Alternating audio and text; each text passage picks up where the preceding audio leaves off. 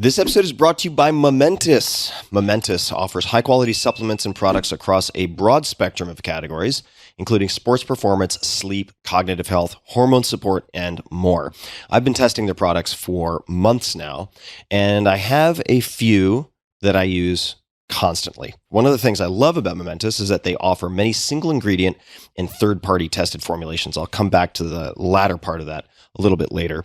Personally, I've been using Momentous Mag-threonate, L-theanine, and apigenin, all of which have helped me to improve the onset, quality, and duration of my sleep. Now, the Momentous Sleep Pack conveniently delivers single servings of all three of these ingredients. I've also been using Momentous Creatine, which doesn't just help for physical performance, but also for cognitive performance. In fact, I've been taking it daily, typically before podcast recording, as there are various studies and reviews and meta-analyses pointing to improvements in short-term memory and performance under stress. So those are some of the products that I've been using very consistently. And to give you an idea, I'm packing right now for an international trip. I tend to be very minimalist, and I'm taking these with me nonetheless. Now back to the bigger picture.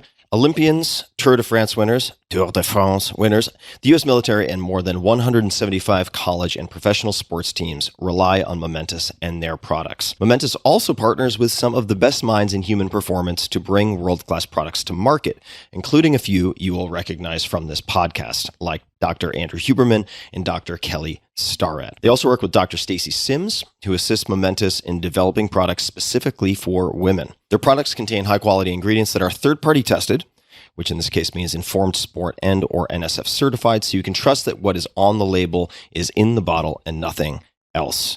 And trust me, as someone who knows the sports nutrition and supplement world very well, that is a differentiator that you want in anything that you consume in this entire sector. So, good news. For my non-US listeners, more good news, not to worry. Momentous ships internationally, so you have the same access that I do. So check it out. Visit livemomentous.com/Tim and use code Tim at checkout for 20% off. That's livemomentous, livemomentous.com/Tim and code Tim for 20% off. This episode is brought to you by 8 Sleep. I have been using 8 Sleep pod cover for years now. Why? Well, by simply adding it to your existing mattress on top like a fitted sheet, you can automatically cool down or warm up each side of your bed. 8 Sleep recently launched their newest generation of the pod, and I'm excited to test it out, Pod 4 Ultra. It cools, it heats, and now it elevates automatically. More on that in a second. First, Pod 4 Ultra can cool down each side of the bed as much as 20 degrees Fahrenheit below room temperature, keeping you and your partner cool, even in a heat wave. Or you can switch it up depending on which of you is heat sensitive. I am always more heat sensitive, pulling the sheets off, closing the windows, trying to crank the AC down. This solves all of that. Pod 4 Ultra also introduces an adjustable base that fits between your mattress and your bed frame and adds reading and sleeping positions for the best unwinding experience. And for those snore-heavy nights, the pod can detect your snoring and automatically lift your head by a few degrees to improve airflow and stop you or your partner from snoring. Plus, with the Pod 4 Ultra, you can leave your wearables on the nightstand. You won't need them because these types of metrics are integrated into the Pod 4 Ultra itself. They have imperceptible sensors which track your sleep time, sleep phases, and HRV. Their heart rate tracking, as just one example, is at 99% accuracy. So get your best night's sleep. Head to 8sleep.com/Tim and use code Tim to get $350 off of the Pod 4 Ultra. That's 8Sleep, all spelled out, 8sleep.com/Tim and code Tim, T-I-M, to get $350 off the Pod 4 Ultra. They currently ship to the United States, Canada, the United Kingdom, Europe, and Australia. Optimal minimal. At this altitude, I can run flat out for a half mile before my hands start shaking. Can I ask you a personal question? Now would seem an appropriate time. What if I did the opposite? I'm a cybernetic organism, living tissue over a metal endoskeleton. Tim Ferriss Show.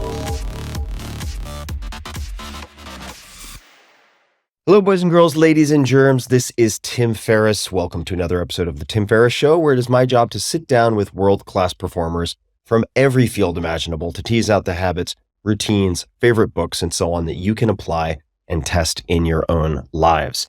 This episode is a 2-for-1, and that's because the podcast recently hit its 10th year anniversary, which is insane to think about, and passed 1 billion downloads. To celebrate, I've curated some of the best, some of my favorites from more than 700 episodes over the last decade. I could not be more excited to give you these super combo episodes. And internally, we've been calling these the super combo episodes because my goal is to encourage you to, yes, enjoy the household names, the super famous folks, but to also introduce you to lesser known people I consider stars. These are people who have transformed my life, and I feel like they can do the same for many of you. Perhaps they got lost in a busy news cycle. Perhaps you missed an episode. Just trust me on this one. We went to great pains to put these pairings together. And for the bios of all guests, you can find that and more at tim.blog/combo. And now, without further ado, please enjoy and thank you for listening. First up, Matthew McConaughey, Academy Award-winning actor who has starred in Dazed and Confused, Dallas Buyers Club, Interstellar, and HBO's True Detective, producer, director, businessman, philanthropist, and the #1 New York Times bestselling author of Greenlights and Just Because. You can find Matthew on Instagram at @officiallymcconaughey. Was it true in your family? I read this, of course, you can't believe everything that you read. Two things. Number one, that your parents were divorced twice, married 3 times, so they ended up getting up one more time, and then they got knocked down. Yeah. True. Number two, that saying I can't was forbidden or highly advised against. Very in your household. heavily. I remember cuss words. You could say shit and fuck and damn, and even occasionally maybe get away with the Lord's name in vain, but no, you weren't really, that was on the line. But the real words that we got like either punished for or were forbidden were hate and can't. And I remember my dad, one Saturday morning when I was about 12, my Saturday morning chores were, mow the lawn, weed eat, shine his shoes, and sweep the porches and get the cobwebs out of the corners. Well, I'd get up very early on a Saturday morning to do that so I could have my Saturday afternoon to play. And I went out to try and start our push lawnmower, and it wouldn't start. Pull again, wouldn't start. Pull again, wouldn't start. Check the gas. Yeah, it's got gas. What the heck's going on? Damn it, won't start. And I remember going into my dad inside, and I go, Dad, I can't get the lawnmower started. And he kind of slowly turned his head to me, and I saw his molars meet and kind of start to grit his teeth, and he goes, "You what?" And I knew enough right then to not say the word again. And I said, and he got up, and I didn't finish my sentence. He slowly walked with me out of his bedroom, through the kitchen, through the garage, around the back to the shed where this lawnmower was that I was not getting started. He, without saying a word, he knelt down, looked at it, checked the gas, Anyway, he found the little tube where the gas was not transferring, and it had been disconnected. So he reconnected that, pulled a few times, and it started. And there, over a now running push lawnmower, he looked at me, put his hands on my shoulders, and for the first time since I said I can't get it started, he put his hands on my shoulders, looked at me, and very sternly said, he goes, "You see, son, you were just having trouble driving this lawnmower." And boom, and I remember from that day, that lesson was like, oh, even if you're unable to do something on your own, you can still go seek help or get assistance. So you're still only having trouble, even if you on your own cannot do so. That was saying those words. Still to this day, if I let them slip, I kind of have to look over my shoulder like, uh-oh, is Dad going to get me? So there are many different forms of influences. I'd like to ask you about one that is not your parents. It's not your siblings. It's a book that I've read you came across that had an impact in your life, and that is The Greatest Salesman in the World by Og Mandino. Yep. Could you explain for people listening why that book was impactful or what impact it had? Yeah, so I've never been a big reader, and growing up didn't read much, and never really liked, even in school, being told, hey, you got to read this book, you got to read this. Just the fact of being told I had to read something in school or by someone else sort of made it feel like it wasn't mine, and I was not going to have a subjective view of it. And plus, I just don't really like being told what to do. But this came to me, this book, and I always say this, I didn't find it, it found me, and I'll tell you how and why. It was between my sophomore and junior year in college at University of Texas at Austin. Now, at this point, I was always on the track to become a lawyer. I was going to become that defense attorney, and get us some oil and mink money. You know what I mean? Get the family some oil and mink money. I was a good debater. I took good stances. It started off in the family. They're like, geez, oh man, I would take the table and win arguments with the family. And they'd be like, damn it, you got to become a lawyer. You got to become the family lawyer. So that was always the plan. But between my sophomore and junior year in college, which is about the time when all those general liberal arts credits that you're getting need to start having some focus, or you're going to lose them. You know what I mean? Right. So I'm not sleeping well with the idea of becoming a lawyer. I'm doing the math. I'm like, I'm not sure it's what I want to do. I get out of here. I go to law school. Then I get out. Then I start maybe get an intern. I'm really not going to be rolling in my vocation until I'm in my 30s. And I was like, I don't really want to spend my 20s just learning, or spend my 20s just in school.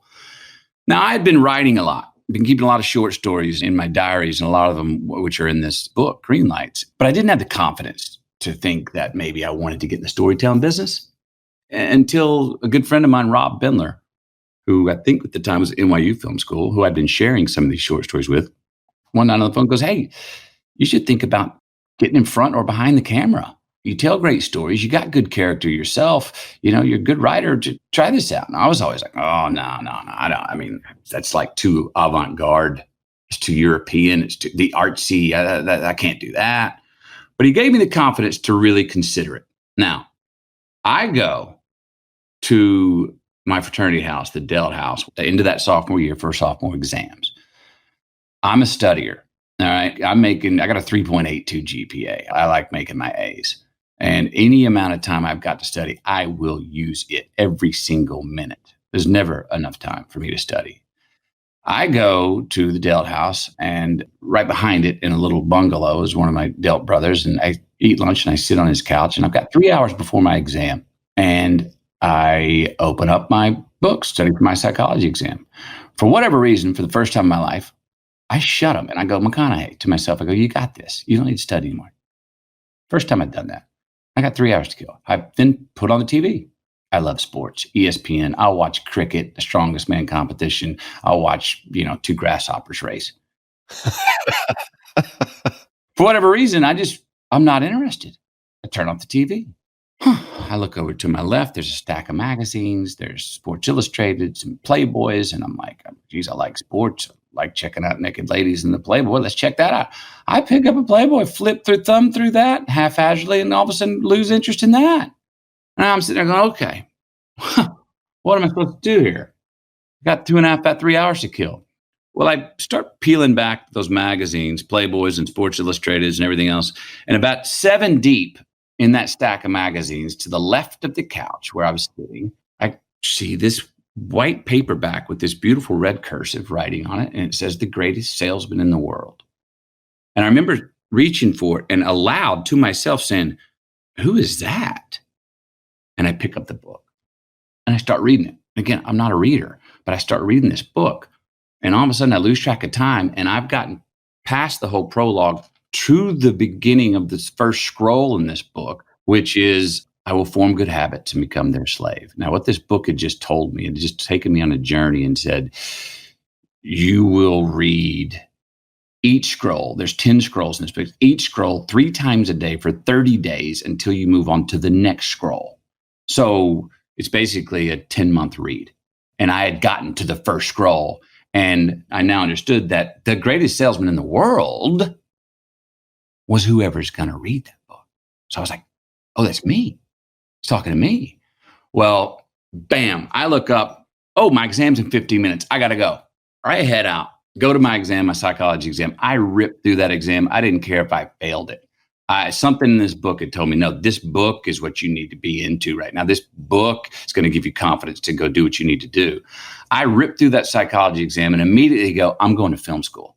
I'm calling dad tonight. I'm not going to go to law school anymore. I've got the confidence. This book found me. This is a seminal moment in my life. I don't know how or why, but it is. And I'm going to get the courage to call my dad and go. And that night, I remember thinking about it. I'm going to call my dad at 7:30. He'll have sat down, maybe had his first cocktail, already had dinner, and he'll be in a good mood for me to say, Dad, I want to go to film school, I think. Well, I call him, 7:36 p.m. Hey, Dad. Hey, what's up, son? listen, I don't really, and I was nervous. And I said, I don't think I want to go to law school anymore. I want to go to film school. And that was hard for me to say because I thought he was going to go, you want to do what, boy? What the hell? And I said, Dad, I want to go to film school. There was a long pause on the phone, about 5 seconds. And he says, you sure that's what you want to do, son? And I said, yes, sir. There's another 5-second pause. And then he said, 3 of the greatest words I've ever been told. Don't half-ass it.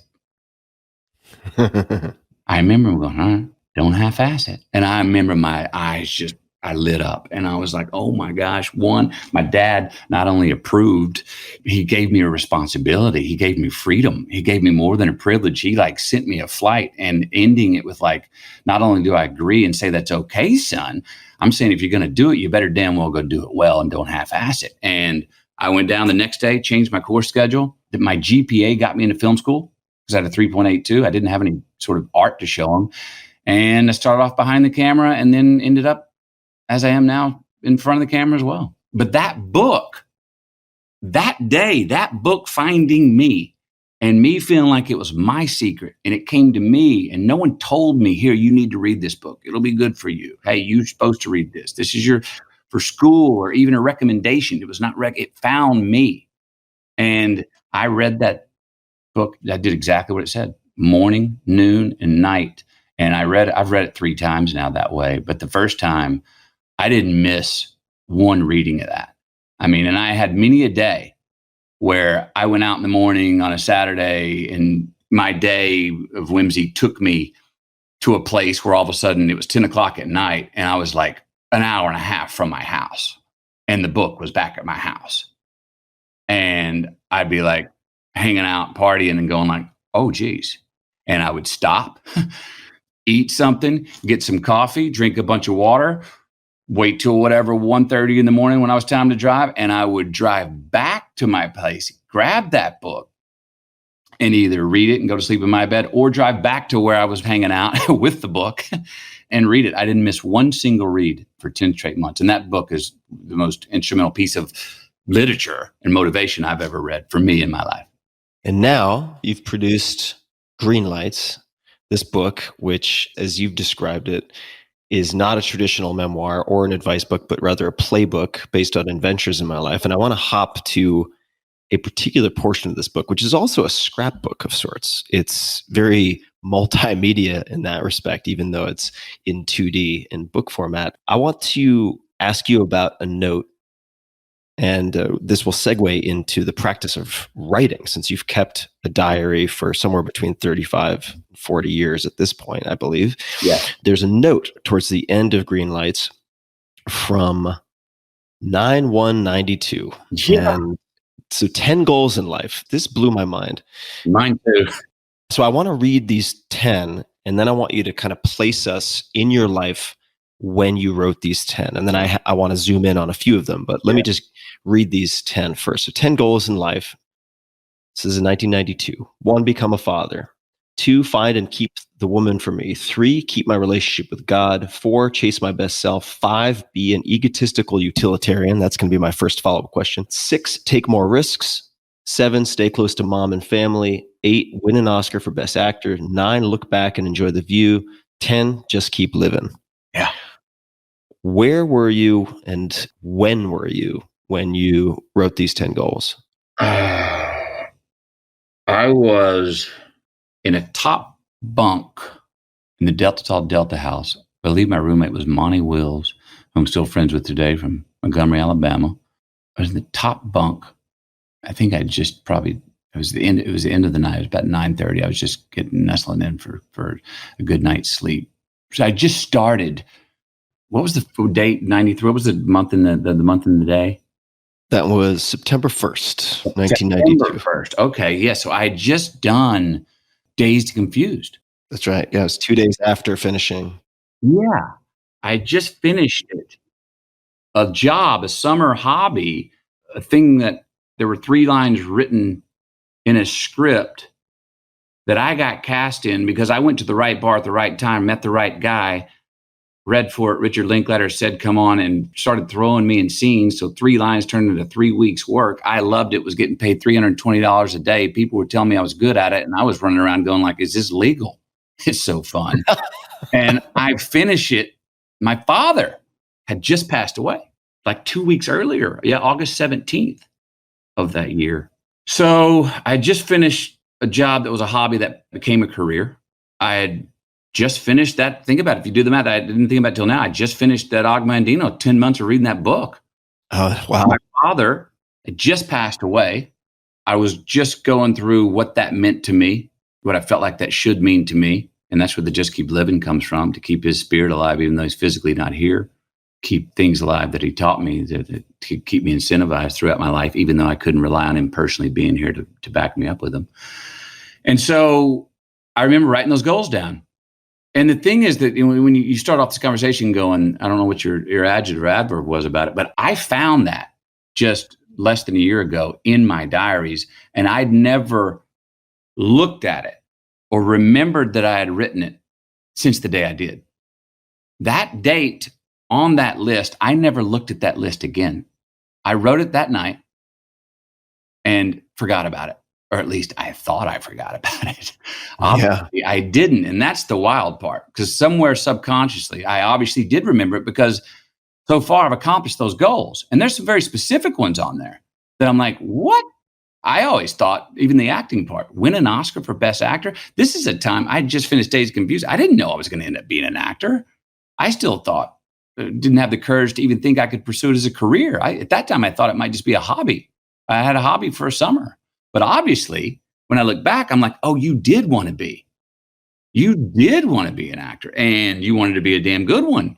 So I could admit it on my journal page, but I couldn't admit it to myself. Hell, I couldn't even admit it in my dreams, but I could admit it on my journal pages. So that's where I was. Those are 3 big things going on in my life. And I'd say the biggest shapeshifter was father moving on. But that, with finishing Dazed and with finishing The Greatest Salesman, that's when I wrote that.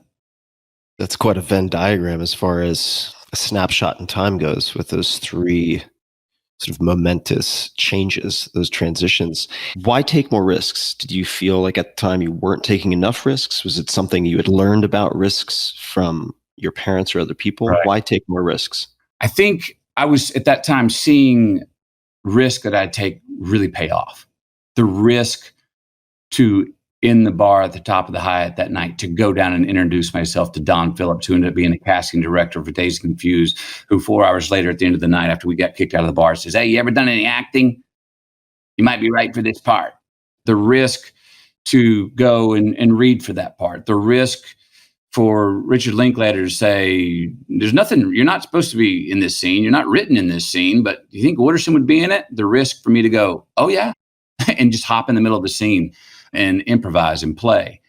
Those risks were paying off. I was also beginning to feel, the risk that I took reading that damn book, The Greatest Salesman. It was the first book I ever read cover to cover, and it's a thin paperback. Mind you, it takes 10 months to read, but that was a risk for me. And I was feeling very confident with who I was.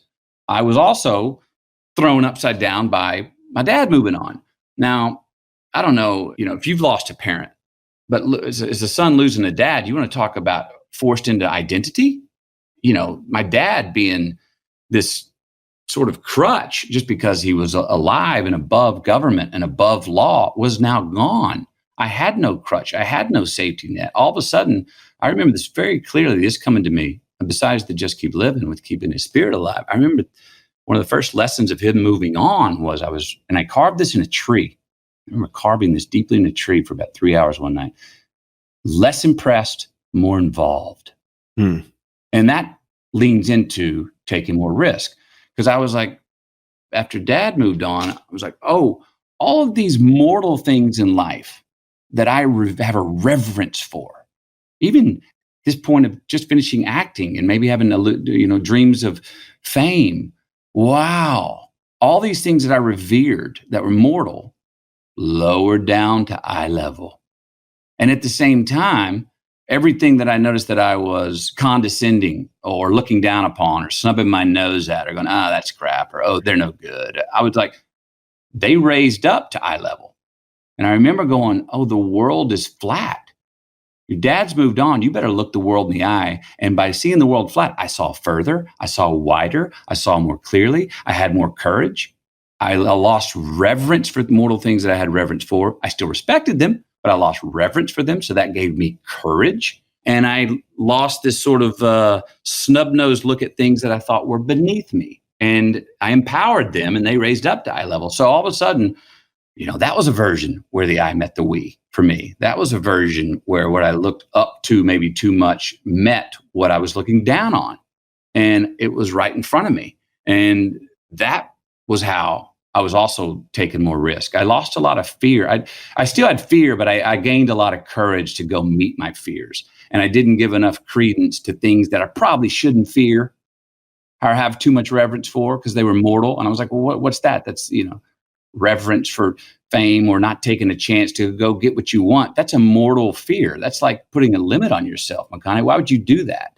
I even called it a sin at that time, not to take certain risk, and would feel guilty if I didn't, and feel like I didn't meet my quote that day in God's eyes. What is it that you've gotten from having a diary? And maybe it's changed over time. Yeah, it's evolved. I mean, my diary started off like I think most people's diaries do. You write things down when you're not in a good place or you're lost. My early diary entries were the why, what, where, when, hows, the existential questions of what is going on. Does it matter? Who am I? Oh my God, so my girlfriend broke up with me. I lost it. Started off with that. So I noticed that I started writing down when I was in times of distress or disillusion. And then I started to say, well, wait a minute. You gotta, just like that Augmentino book, by hook or by crook, you read it 3 times a day. I was like, well, we're going to write my diary every day, McConaughey. And so when do most of us, including me, not write in our diary? When things are going great. Oh, I got it figured out. I don't need to take time to go be introspective and write down my thoughts. Everything's a green light. It's great. Well, no, I said, hang on a second. If we're going to spend our life, if the original use of a diary is to dissect failure or disillusion, I think there's some prudence in let's dissect success. Let's dissect what's going on when things are going well. Let's write in this diary when you feel like everything's clear and you feel strong and confident and significant and you feel like yourself. So I started writing in my diary when things were going well, and then started to map out certain things found that what that did is when I would get in a proverbial rut later, I could go back to that diary and look at what was I writing and what was I doing when I felt like everything was lickety split and I had everything handled. And I found consistencies. I found it from what I was eating to who I was hanging out with, to how much sleep I was getting, to beauties in the world that I was noticing and really were affecting me, how I approached people, how I was approaching the day, how I was approaching conflict, how I was approaching and taking in things that work, success. And I found consistencies. And so sometimes going back in those diaries, reading what I was writing when things were going well would help get me out of a rut later on in life when I wasn't doing so well. And I remember this early on in college. It's a reason that my buddy, as I mentioned earlier, Rob Billner, said you should go into storytelling business. Is I was writing short stories, but I was also writing things down, idiosyncrasies of myself. I was really trying to get to know myself. I would always, when I'd be in a movie theater, I always laughed. I thought the funniest jokes, I'd laugh. I'd be the only one laughing in the theater. And I'd never thought the stuff that everybody laughed at was funny. The collective laugh, I never even giggled at. I was like, that wasn't very funny. But I'd howl at something else. And I was like, and no one else would laugh. I was like, no one else thinks that's funny? I would say that in the theater. I cried at things that other people didn't cry at. Like I've never really cried at death. I weep at birth. Beginnings always have made me cry more than proverbial ends. So I started writing these things down, and at first was feeling like, are you weird, McConaughey? Is this odd? Is this okay? Can you be this kind of a person? And got the confidence to go, yes, you can. It's okay. But let's write down those things. Let's write down what makes you laugh, what makes you happiest, what makes you sad, what makes you angry. And don't worry if it's the collective choice of the majority. What does it mean to you? And write those things down. And so that led to character, I believe. It led to my own character. It led to me being able to maybe go play different characters, to understand and empathize with different people and have how different people have different things that turn them on and turn them off at different times. What is the art of running downhill? Okay. So I get successful. I got major fame very quickly after A Time to Kill came out. The film I did in 96. And I mean, from the Friday afternoon before it came out to the Monday after the weekend it came out, my whole world was inverted. The world all of a sudden was one big mirror. I never meet strangers since that day. It was inverted. I mean, that Friday afternoon before Time to Kill comes out, there's 100 scripts out there. I want to do all of, are you kidding me? I'll do any of them. Well, 99, no, you can't. One of them, yes, you can. Well, in a matter of 2 days after that film opened that weekend and did well, that 100 scripts, it was yes, you can do 99, one no. So I was like, whoa, 2 days ago, I would have done any of these and could only do one. And now it's only 2 days later, but you're telling me I can do 99 of them. Help me, discernment, discrimination. Can I make a choice? Who am I? Geez, what do I want to do? There's only 24 hours in the day. As last I checked, I need more. So I was a little, imbalanced, overwhelmed, didn't have my feet, my soul on the ground. And there were times that, and I also remember that same lawyer I talked about in the Oil and Mink story, Jerry Harris. I remember him telling me, he reached out. I hadn't talked to him for years. He reached out and he goes, hey, Matthew, you're from a small town, Uvalde, Texas. You came in through Longview, Texas. Now you went out there. Now you're a famous Hollywood star and you got all these things. He goes, make sure you don't suffer too much from the non-deserving complex. That happens with some people that get real successful from sort of humble beginnings. And it made a lot of sense to me because I was noticing that, in the name of obstacles being the way, I was creating obstacles for myself. Some of them very unnecessary, meaning here's my life. I'm successful. I am rolling. I am catching green lights. I'm rolling downhill. I very less than gracefully handled some of my success. I would become belligerent at times. I didn't become belligerent. Trying to prove, they always say this. It's okay to have a point to prove. Just don't always be trying to prove a point. I had many times where I would try to prove a point. You know what I mean? And it was my own insecurity. It was my own self trying to find some balance in this. It was me. I was seeing the mendacities of all these people in Hollywood all of a sudden saying, I love you. And I'm like, man, I've said that to 4 people in my life. And everyone says it out here. So, they're full of shit. Da, da, da. I was taking things personally even and sort of sabotaging some of the red carpet wine and caviar that was being handed to me. You know what I mean?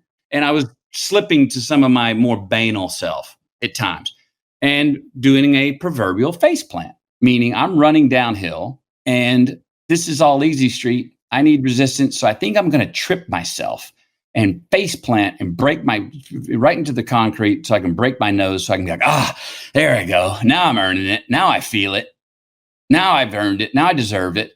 Well, that can be a little foolish. Mm-hmm. There's an art to going downhill. And so what I noticed was, hard times are going to come. It's going to get dry. You're not going to be able to do whatever script you want to do. I've had those times. Or in a relationship we go through, it doesn't go well. Or someone gets sick in the family. A real uphill battle enters our life. And so the art of running downhill is about, hey, enjoy it. When you're going downwind, downhill, don't trip yourself because that uphill's coming. It's going to come whether you want it to or not. So don't trip yourself and face plant right now because you're going to have to work your ass off here very shortly anyway. Let's talk about perhaps an uphill, perhaps a pause, perhaps something else, which I'd love for you to comment on, which did come later. And that was a decision which I'd love to explore, to say no to quite a lot of opportunities for a period of time. It seems like at one point you were very successful. You became very famous, like you said, practically overnight. You're being offered opportunities you couldn't have imagined a week prior. And you have a string of successes. And then you realize, well, wait a minute here. I might be getting painted into a corner and you start to say no. Mhm. You start to turn down, say, action film opportunities with big paychecks, things like that. Was that hard to do? Did other people say that you were doing the right thing and encourage you? Could you walk us through and just tell a story about that experience? Yeah, love to. So this is around, I don't remember the year. I'm guessing it's around 12, 13 years ago. I was rolling with the romantic comedies. I had taken the baton from Hugh Grant and was the male lead rom-com go-to guy. Rom-coms are mid-level budgets, 30, 35 million. They offer a good front-end paycheck to me. They go make 60 million. I mean, the studios don't have to overspend and spend hundreds of millions of dollars to make them. You get a good female and a male lead that have good chemistry. People love to go escape to them. My rom-coms are doing well. They were my bank. They were what Hollywood banked on me to be in. At the same time, I'm living in Malibu, learning to surf, got my shirt off. And the paparazzi or Discovery Channel, as I call them, was documenting this. And I'm like, you damn right, document it. This is the life I'm living. I love it. I worked and earned to get this life. And those romantic comedies that I get paid so handsomely for actually pay the rent at the house on the beach that I live in front of this water that I'm surfing in. So I was full on shaking hands with going, yes. At the same time, I did notice that any other dramas I wanted to do, or even the way people sort of, when I said don't meet strangers anymore, even the way this sort of people thought of me or approached me or would talk to me or about me, it was like, McConaughey's the shirtless rom-com guy. And I was like, yeah, I am. And but only I could answer that second question of, only I could continue that sentence. No one else could. They were like, Hollywood for sure was like, no, nothing else. And so any dramas I wanted to do or other pictures, no one wanted to make them with me. And I remember we had just had Levi, Camilla and I just had our first son. And my life was so vital. Man, I just had a newborn. I've met the woman that I love and want to spend the rest of my life with. I'm laughing harder. I'm crying harder. I'm happier than ever. Life is very vital and I'm in it. My real life is. But my work feels like, yeah, I could do that tomorrow morning. Just give me the script tonight. Let me look at it. I could do it tomorrow morning. It wasn't really challenging me. And the rom-coms weren't challenging me. And my lifestyle was one big green light. And, if it's all green lights, if it's all sugar and candy, that'll make tyrants out of anybody. So I was saying, I really want I wish my work could, I remember saying this, at least, I remember looking in the mirror actually and going, okay, McConaughey, so if your life is more vital and true to who you are than your work, well, if it's got to be one or the other, that's a good thing because I know a lot of people that their work is more vital than their life. So I said, that's a good thing. I said, but geez, could I just get some work that might challenge the vitality of my life and the man I am in it, where I can get some work where I can be more me in it? Well, those roles were not being offered to me. Nothing. Nope, not a chance. No studio will bank you in this drama role or this other role you want. I had control of Dallas Buyers Club at that time, but no one wanted to make it for me, nor would anyone finance it. So I decided that if I couldn't do what I wanted to do and what I wanted to do was not being offered to me, it would be prudent for me to just stop doing what I had been doing and what was in the pipeline continually coming to me, which were the romantic comedies. I called my money manager, said, all right, look, I'm going to stop doing the only work I'm getting offered. And I don't know how long it's going to be till I work again. How am I doing with my money? He says, you've invested well, conservatively, you're fine. You can take time off. I remember calling my agent, Jim Toth, at CAA. Jim, I don't want to do romantic comedies anymore. I remember this conversation. He goes, great. And I go, wait, what do you mean great? He goes, great. And I go, how do you say that so quick? What are you going to say Monday morning when you go into your superiors in the office and say, McConaughey's not doing romantic comedies? And McConaughey's been bringing a nice chunk of 10% commission into you guys with these romantic comedies for years now. And he said the coolest thing to me. He goes, I don't work for them. I work for you. That's a good line. Meant the line, right? So then I went to Camilla, my wife. And I'd been, I'd shed quite a few tears with her going through this. Am I feeling fraudulent in my work? Do I feel a lack of significance in my work? Is it okay to be feeling this? I mean, like I said, remember, I'm as we said earlier, I'm kind of running downhill. Why would you sabotage not doing the work you're getting offered when you can get paid so handsomely to do it? But she understood that my soul was shaken and needed some recalibration, and that the work I was doing wasn't a true sort of expression of who I was in my life. And I told her, I said, well, I want to hold out for some work that can challenge the vitality of the life that I'm living with you and our son, Levi. And she repeated the lines to me. She goes, okay, you're going to get wobbly. I've been around you. You got to work, Matthew, and you love to accomplish. You're going to get wobbly. You might start reaching for a little sip of something to drink earlier in the day too. And I'm like, yeah. She's like, still. She goes, days are going to be longer. We don't know how long this will last, how long we'll be in this. She called it a desert, how long this will be a desert. She goes, but if we're going to do this, if you're going to do this, we're not going to half-ass it. She repeated my dad's line to me. And I went, yes, ma'am. Gave her a hug, put some tears on her shoulder. And we said, starting today, no more rom-coms. Well, rom-com offers came in to my agent for about the next 6 months, but nothing but rom-com offers. And I didn't even, unless it was a major offer, well, I just said no. And they just stopped at my agent's desk, Jim Toth, no. And then one of them came through that was like a gargantuan offer for it. And my agent said, it's a pretty damn good script too. And so I said, well, send it out. Let me read it. Let me read it. And I remember this, the offer was like for $8 million. And the script was pretty good, but it was still sort of a rom-com. And I remember reading it and going, no, thank you. I remember feeling sort of emboldened and strengthened by saying, no, thank you. Great. Sticking to my guns. No rom-coms. 6 months into this drought. Nope, I'm not caving in now. Don't half-ass it, McConaughey. So they come back with a $10 million offer. No, thank you. They come back with a $12.5 million offer. Now I go, ... ellipsis. Nah, no, thank you. Now they come back with a $15 million offer. Wow. I said, you know what? Let me have another reread of that script. And I reread that script. And you know what? At $15 million, the same script that I've been offered for $8 million, the $15 million offer script, which was the same exact words as the $8 million offer script, the $15 million script was better. It was funnier. It had possibilities. It had angles. I had ideas. I could make this work. This could work. Now I'm imagining at this point, Jim is like, man, this saying no thing is really working out. He's in and he's over there teetering like, I know what we said, $50 million. And it's not like, it's a pretty good script. I know it's a rom-com. It's a pretty good script. But I said, no, thank you. Well, that got the signal across Hollywood that McConaughey was taking a serious sabbatical. And so don't even send him a rom-com. It got around. So that was kind of the crucible then. I mean, that was like the crux move in a sense. In a way, that was I called an audible 6 months in and I had him thinking I might cave. I might just be posturing.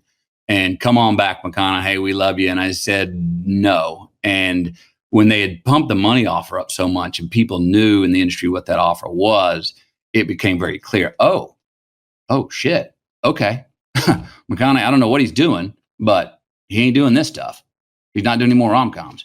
And it became clear. So for the next 12, 14 months, nothing came in. Nada. Zilch, not an offer for anything. I mean, I'd talk to my agent every couple of weeks. It'd just be like, nothing came in, nothing. So now we're 20 months into this desert period. I do have my son to raise, which, being a father has always been the most important thing to me. So that's got my compass at least directed in a place that I go, just trust in this. If it has something to do with raising your son and being here on the land with your family, even if you start to wander, just trust that that's always going to be in the asset section, McConaughey. You can't go wrong with that. So I stuck to that. And I was now fine with not doing any work. I didn't know what I was going to be. I didn't know if I was going to change my career, if I was going to become a teacher or coach or go back to being a lawyer. I didn't know. I didn't think so. But I was writing more. I was talking about forced winners. I had put a forced winner on myself. And I was pretty content. I wasn't waking up every morning going, did an offer come in? Did something new come in? I was past that. And then all of a sudden, 21 months into this desert, I could start getting some offers that are interesting things. William Friedkin, Killer Joe, Lee Daniels, Paperboy. Jeff Nichols wrote Mud for me. Steven Soderbergh called, Magic Mike. Richard Linklater and I go do Bernie together. True Detective comes around. All of a sudden, Dallas Buyers Club. No one still wants to put a bunch of money up for a 1980s period drama about AIDS, but all of a sudden, McConaughey, all the directors no directors would do Dallas Buyers Club with me. They wanted the script. They loved the script. They didn't want to do it with McConaughey. All of a sudden, we find Jean-Marc Vallée, who says, no, I'd like to do it with McConaughey. So what happened was that 22 months or whatever, that drought, that desert, I unbranded. I didn't rebrand, I unbranded.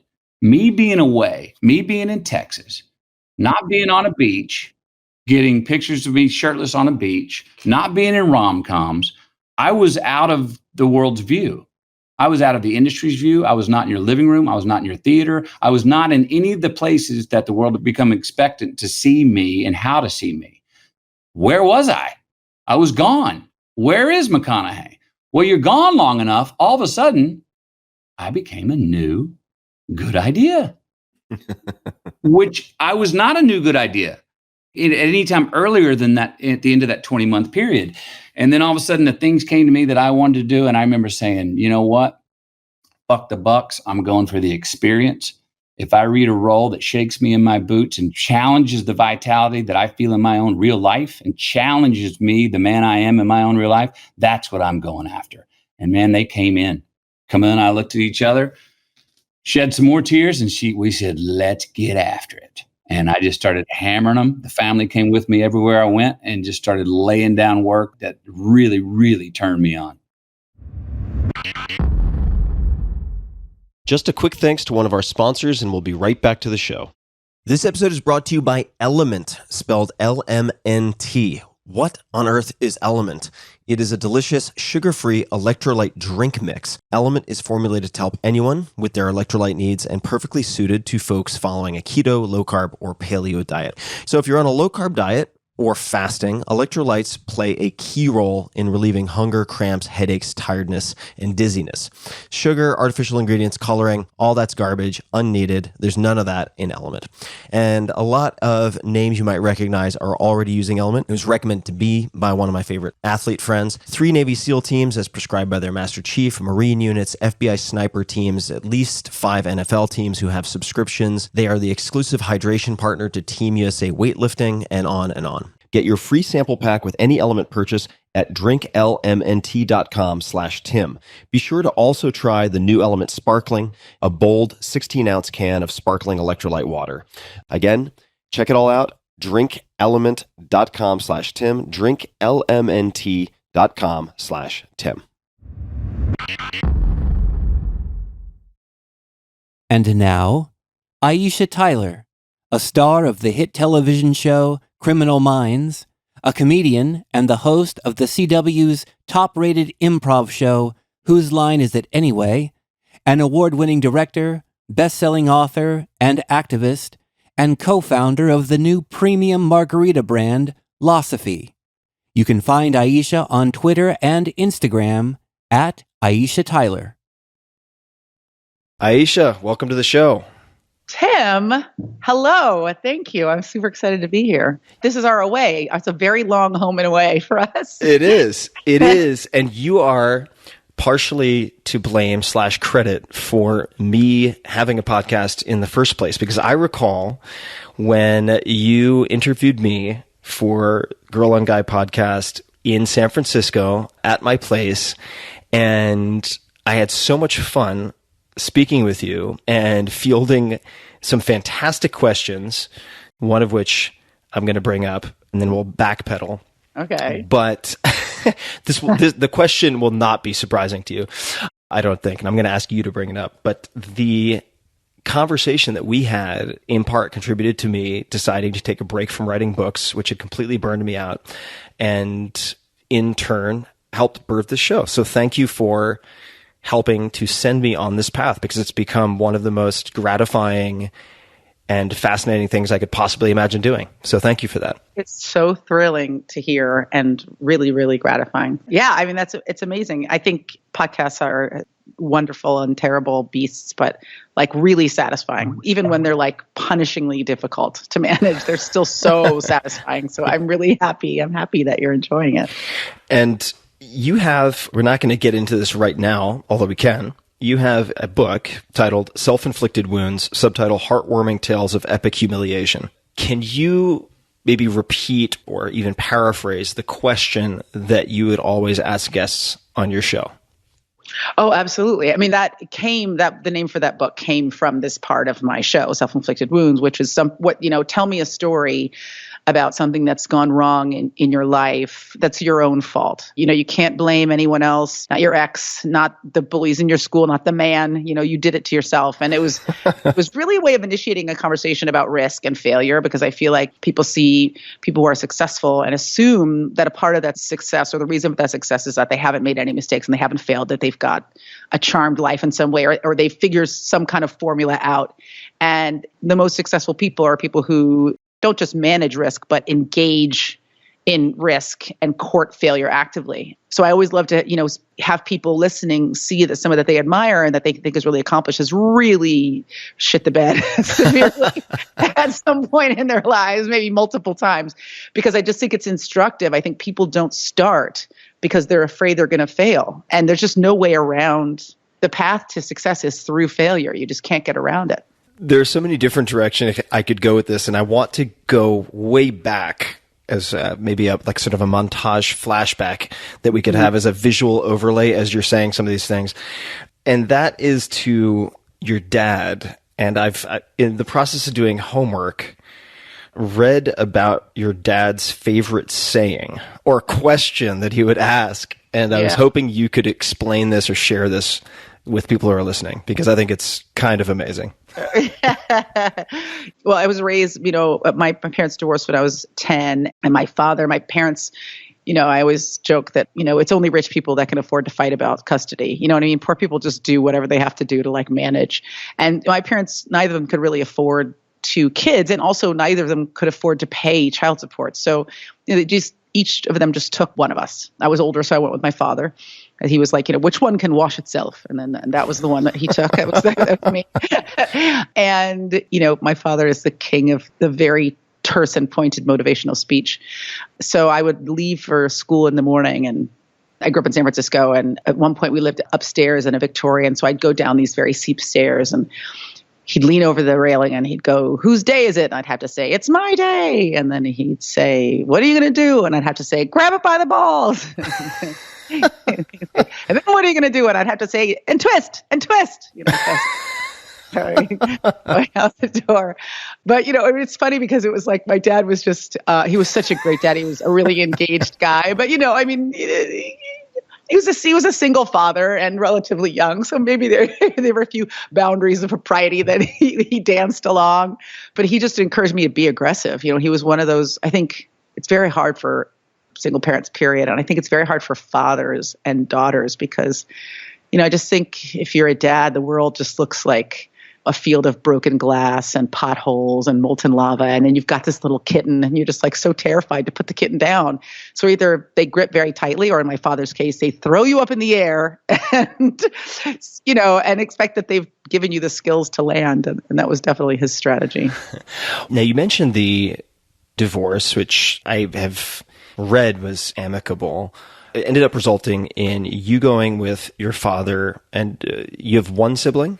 Mm-hmm. I have a younger sister, and she stayed with your mom. Was that hard, or did it not even occur to you to be hard because it just is what it was, or was that difficult? And did you have constant contact, or what was the dynamic like?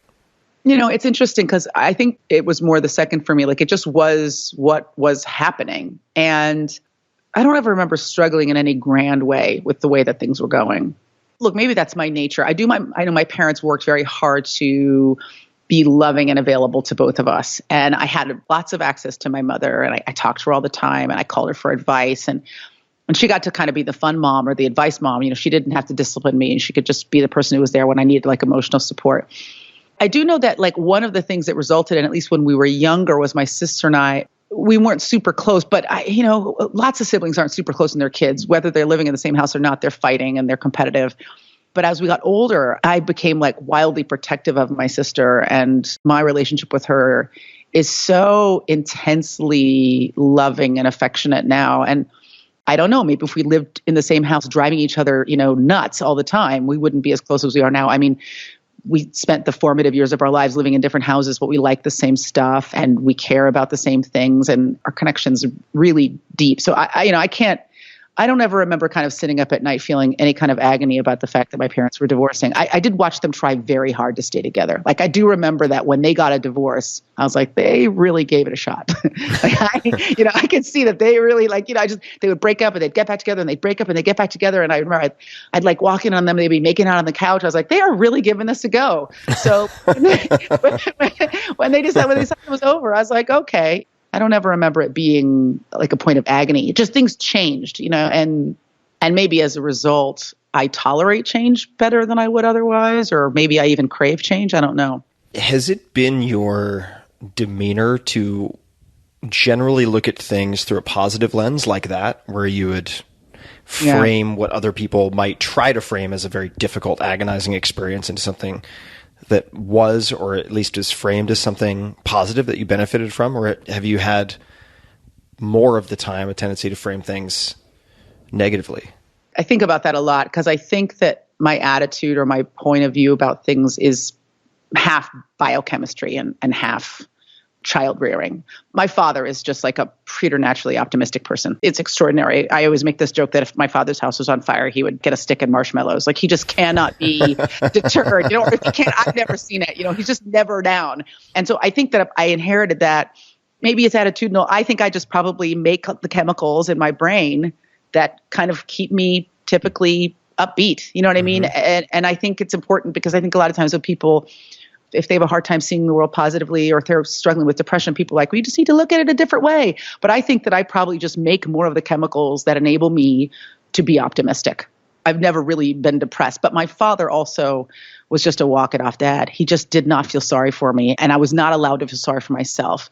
And so when things went wrong, and this is definitely sustained until I was an adult, I just get up and I keep going. And that was because, my father was raised, he lost his father when he was very, very young. He's raised by a single mother in tumble down Pittsburgh with the very few opportunities for a black man at that time. And he just never felt sorry for himself. He was just like, look, I can complain about the situation, or I can just keep moving. So I think I've been nurtured in that way as well, which is the world is unfair. It's shot through with assholes. I still have to get up in the morning and make a life for myself.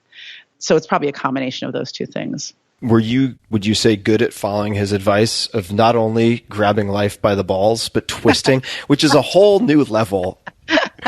Those are two really you can gently grab balls. You can't really gently grab and twist balls. The twisting is an elevated, that's an elevated form of aggression. I don't know. It's hard to say I'm nailing it. That's not how I feel.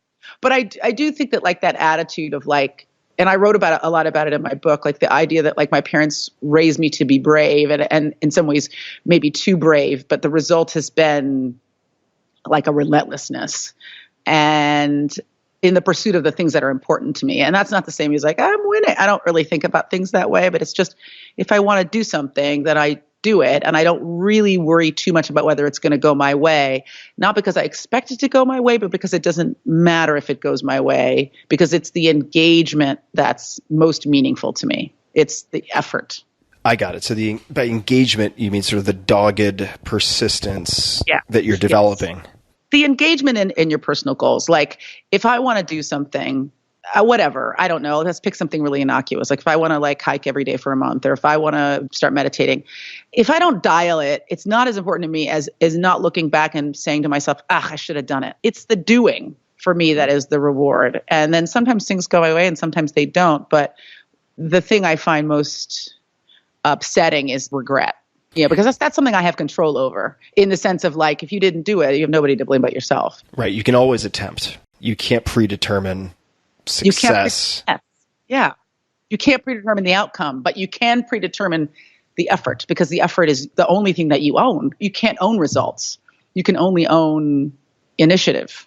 Do you recall any, you mentioned your dad being a walk-it-off dad. I want to explore that a little bit. Do you remember any, while you were still under his watch or not, early disappointments or self-inflicted wounds and how your dad responded or mistakes?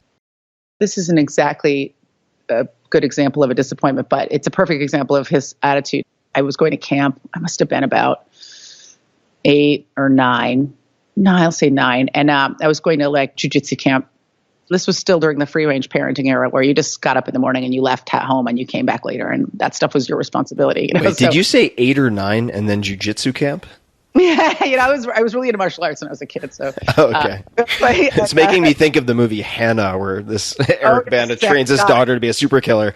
I wish I was that good at jiu-jitsu. Okay, all right. Unfortunately, that was not one of my strong areas.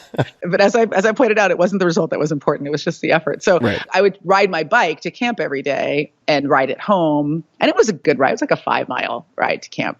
And I fell one day coming down like a hill, kind of, I don't know, free. This was like no helmets. This was a long time ago. I'm very old. Like, no helmets, just like willy-nilly, your backpack on and, you're not signaling. And I fell and I hurt my arm very badly. And I can't remember, but I contacted my dad and he's like, I'm not going to come get you. I can't leave work. You have to get home on your own. So I rode my bike back from camp, like another 3-4 miles, and my arm was broken. It was definitely broken. I'd broken my arm. And I got home and my dad was like, your arm's not broken. I mean, you just need to stop complaining. It's just sore. And the next day I woke up, it was like black and swollen, and I had to like lift it off the pillow. And he finally took me to the doctor, and it was absolutely like compound fracture. The bone hadn't come through the skin, but it was a multiple fracture. I think at the time it felt cruel, but I think my dad's larger attitude was like, no one is coming to save you. You have to save yourself. You have to find a way every single day to save yourself. And as a result, I think that as an adult, I just don't spend a lot of time anguishing over what's been done to me. And I was fine. I did ride my bike home and my arm was broken, but I still got home on my bike. And, then the next day I got a super dope cast. And I think we just raise like these, I mean, I know I sound like everybody's mom, but I just feel like we're curating young people's experiences so aggressively nowadays that they just don't have any way to discover things about themselves. They don't develop not just self-sufficiency, but like a curiosity about themselves and their abilities and what they can tolerate and what they can do if left alone, because they're just never left alone. I had a lot of time alone when I was a kid, and I still really like being alone as an adult. Right. And also, it strikes me that if you're so protective of your child and your child's ego that you effectively disallow them to fail or engage with risk, that the delta, the difference between their actual competencies and abilities for self-preservation and their overinflated sense of their capabilities is actually a huge disservice. And their sense of, like, you need to know what it feels like to fail and then what comes next. Because what comes next is, what did I learn? How can I adjust? How do I pivot? How do I move forward? And just most people don't develop those mental skills. They're crushed by failure. And it's just an unavoidable element of life. And, there's so many people that I know who's out of genuine love. Parents like, I just don't want to see my kid in pain.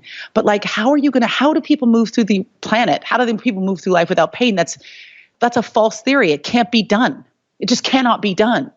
And so people just become incapacitated the first minute they hit any kind of a speed bump in their lives, and they don't know how to navigate disappointment. Whereas I was just deeply disappointed throughout my childhood, so I know exactly what it feels like. I'm just like a next. I'm like, that didn't go my way. Moving on, It makes me conjure in my mind the image of this increasing amplitude of pain consequence over your life from like childhood to adulthood, where the consequences grow potentially greater and greater. Where in the beginning, like when you're a child, you're basically engaging with pain and I shouldn't say pain, but failure in many cases, not all cases, but many cases where you're effectively in one of those like birthday party blow up sumo suits. Do you know what I'm talking about? Yes. And it's like, so you can sort of engage with failure that way. And if you get knocked on your ass, there aren't really real consequences. Then you get to high school, college, and it's like, okay, you're out of the sumo suit, but you've got big kind of blow up boxing gloves on and huge piece of headgear. Then when you get out into some aspects of the real world, it's just a bare knuckle brawl. Permanent consequences. Yeah. Yeah, exactly. So if you haven't had the chance to get whaled in the face with the sumo suit, you're not going to be ready for the blow up boxing gloves and the headgear. And if you don't get whacked in the face a few times doing that, you're just going to be crippled when you get out into the real world and get drop kicked in the face by someone who doesn't follow the same rules.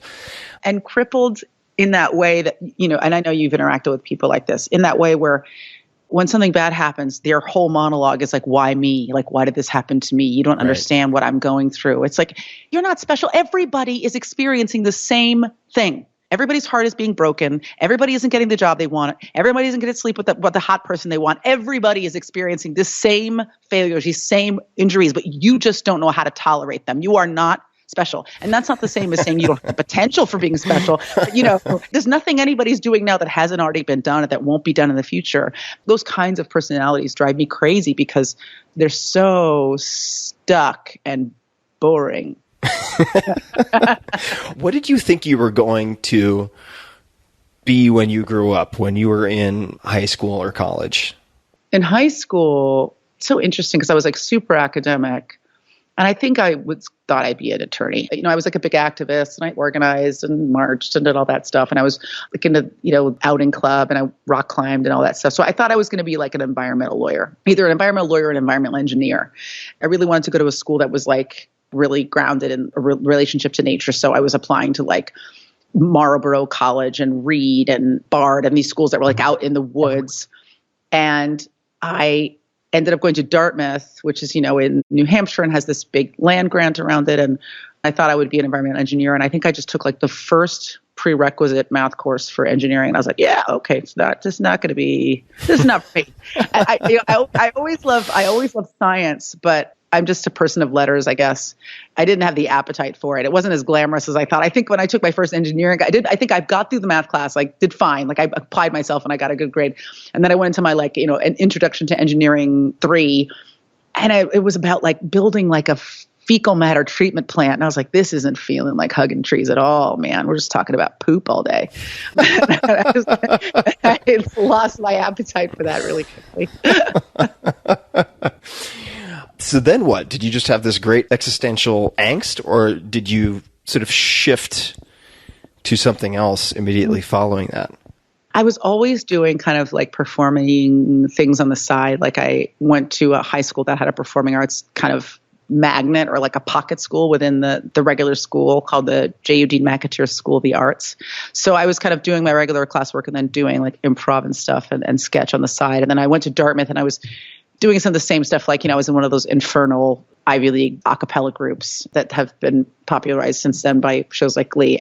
So I was always kind of doing that as a hobby because it just never felt like a real job. And I graduated and I was living in San Francisco and I was working for a conservation organization. I got like my dream job. It was a group that purchased blighted urban land and turned it into parks and underserved neighborhoods that didn't have any outdoor space for kids to play. And it was like the mission was great because it wasn't just kind of conservation for conservation's sake. It was like conservation focused on engaging underserved communities, and it was the grooviest. And I was just miserable. And why were you miserable? I didn't know. It was a really good question. It was like, why, if I have my dream job in the city of my birth, why am I so unhappy? And I just did a lot of soul searching, and I realized it was because for the first time in my life, I wasn't doing anything creative. I wasn't performing. And so I'm a problem solver. I'm a matrix builder. I was like, well, how can I solve this problem right now? And I looked at all the ways that I could get on stage, and stand-up comedy was the only thing I didn't need to know anyone for, or have an agent or a band or connections. I could just do stand-up right away. And so I started studying it and watching the precursor to Comedy Central, which was this network called Ha, a very short-lived network, taking notes. And then, after a while, just kind of screwed up the courage to go and do an open mic. And then it was just transformational. I was like, oh, this is what I want to do with my life.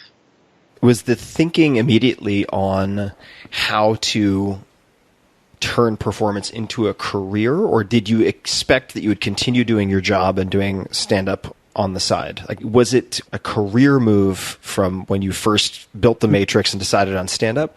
Or was it, you know what, this is going to be great. I'll continue doing this job and I'll scratch my creative performance itch on the weekends with open mics? It's so funny because like, I don't think I even realized that stand-up comedy was a job. I was like a really bookish kid. A lot of guys will have these stories about how they grew up, with Red Fox, on vinyl that they listened to hundreds of times, or following Lenny Bruce, or, these idols, or Bill Hicks. I remember seeing Live on the Sunset Strip when I was a kid. I just thought Richard Pryor was an alien. Like you know what I mean? Like a magical person who came down to do this thing. The idea that was like a vocation was just not in my head. So I remember seeing stand-up at Dartmouth when I was like a sophomore and coming out of a show and being like, do people know that this, like, you can go and have this feeling for an hour? Like, this is insanity. Like, I just remember like everything hurt from laughing, my face and my stomach. And I just never experienced live comedy before.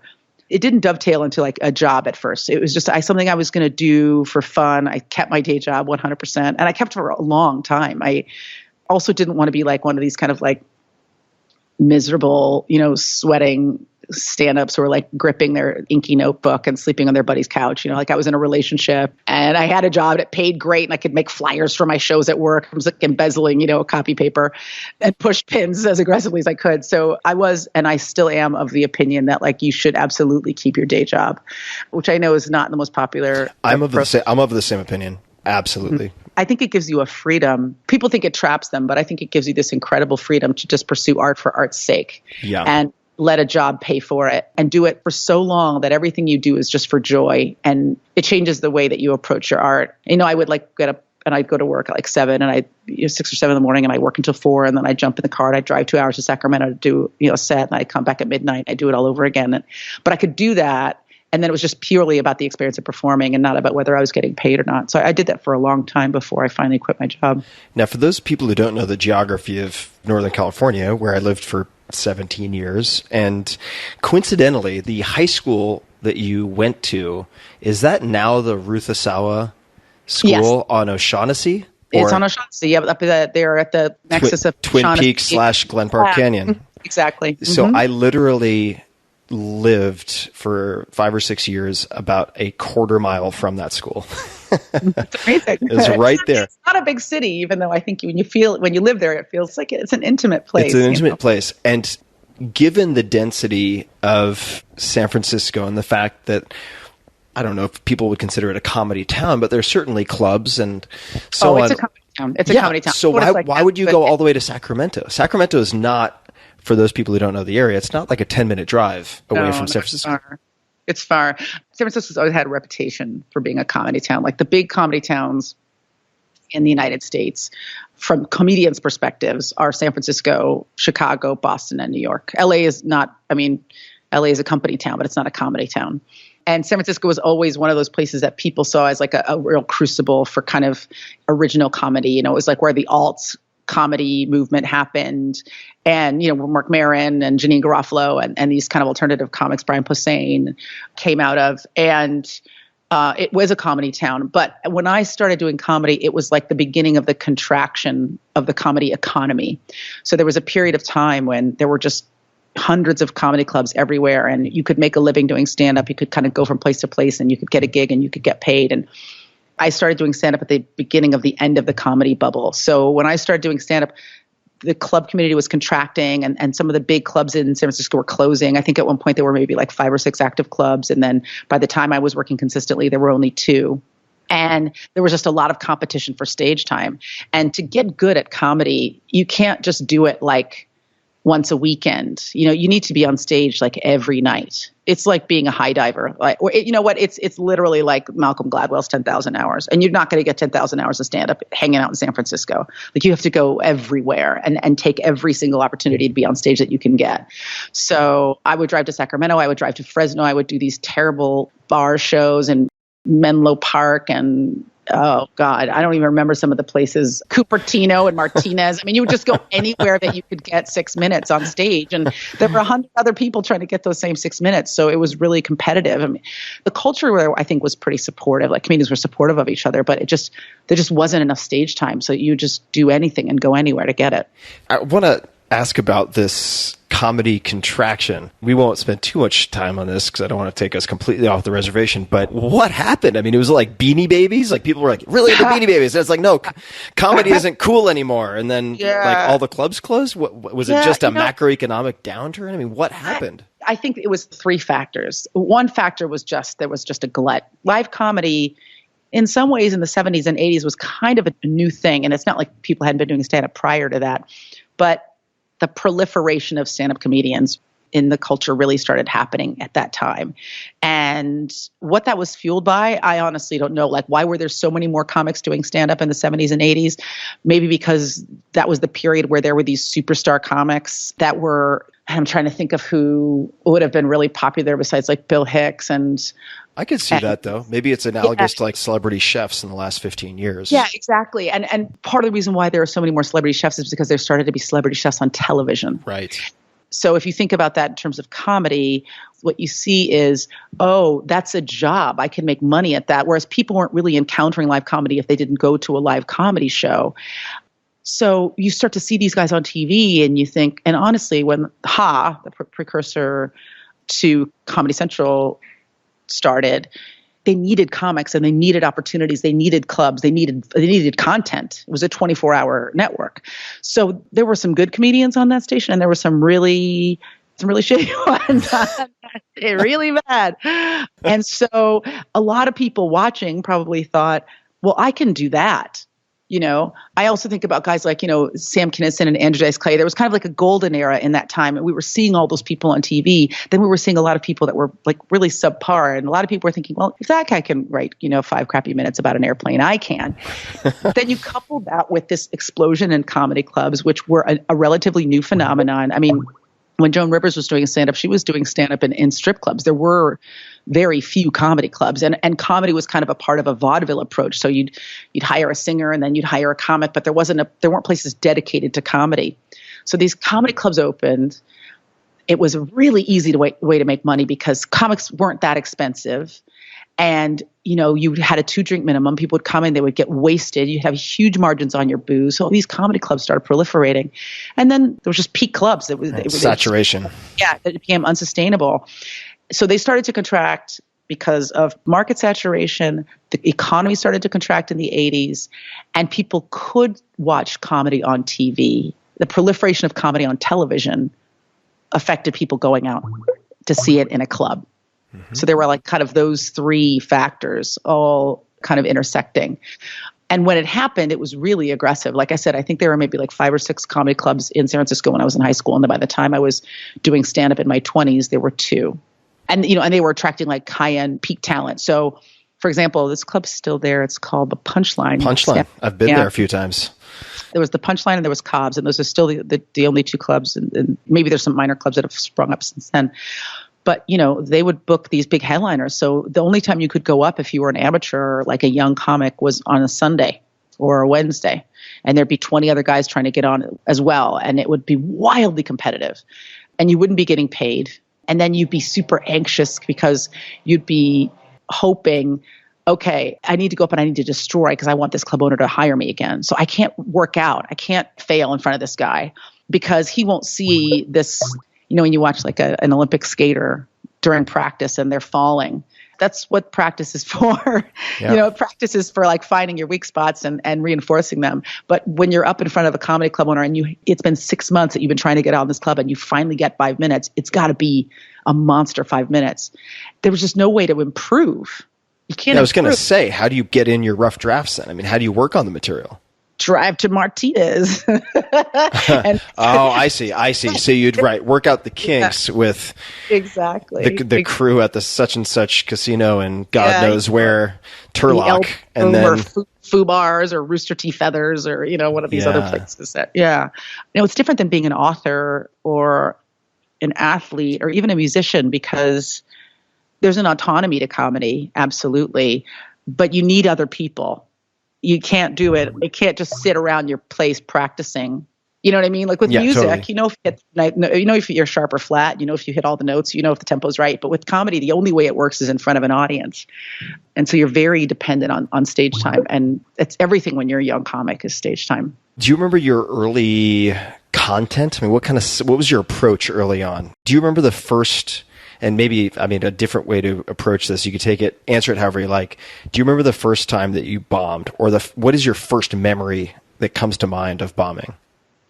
Oh God, I bombed so many times. It all seeps together into an inky blackness. Any comic who tells you they've never bombed is lying. And again, the only way to get funny is to bomb. No one ever gets funnier after they kill. You know, they just walk and they're like, follow that, bitches, and they drop the mic. You know what I mean? They go off and do shots of their friends. I mean, you really need to bomb and bomb hard to get funny.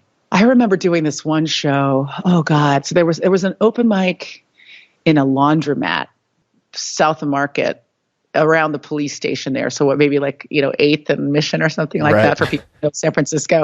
And I think it was called Brainwash. I think the place was called Brainwash. And they would have this open mic in the back of this laundromat.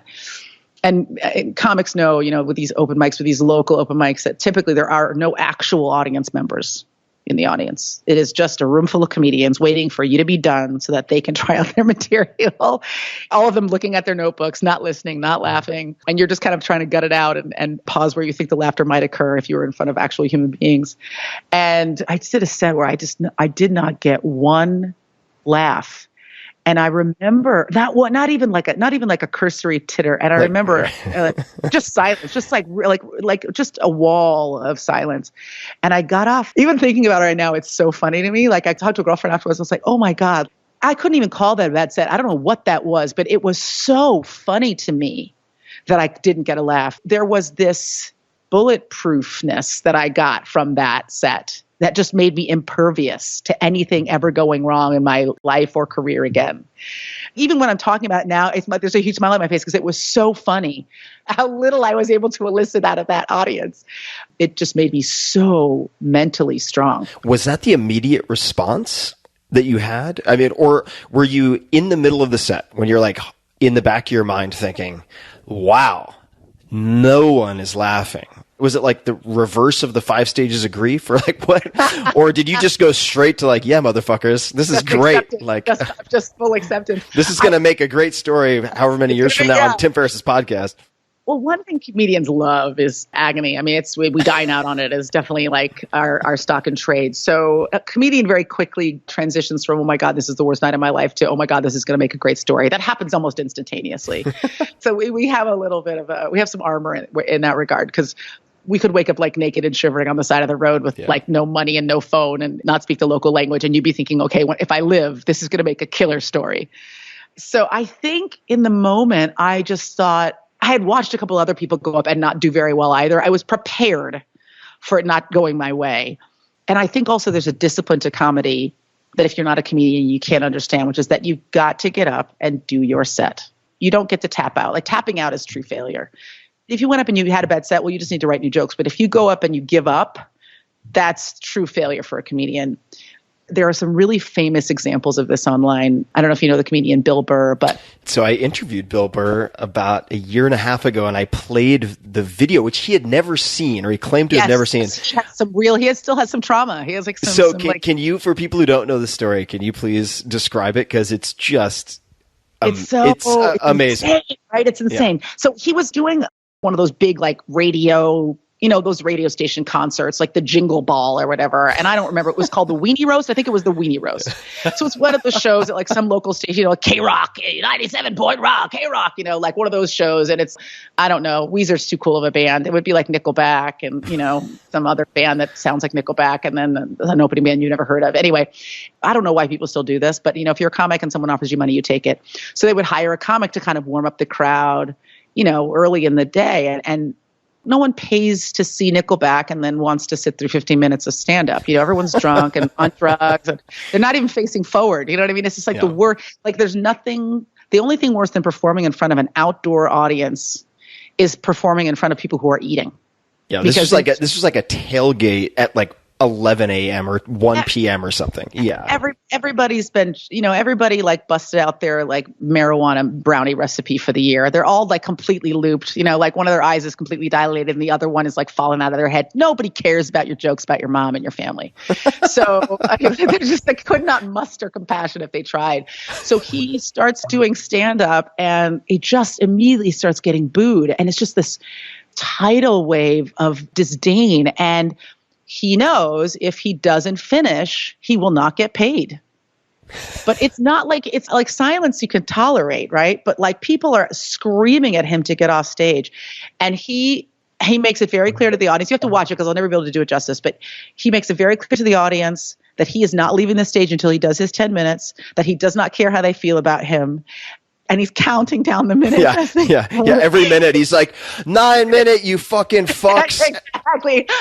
He says something really outrageous, like, I hope your mother gets cancer in the center of her asshole. 7 minutes. Yeah. And it's just a demonstration of tenacity.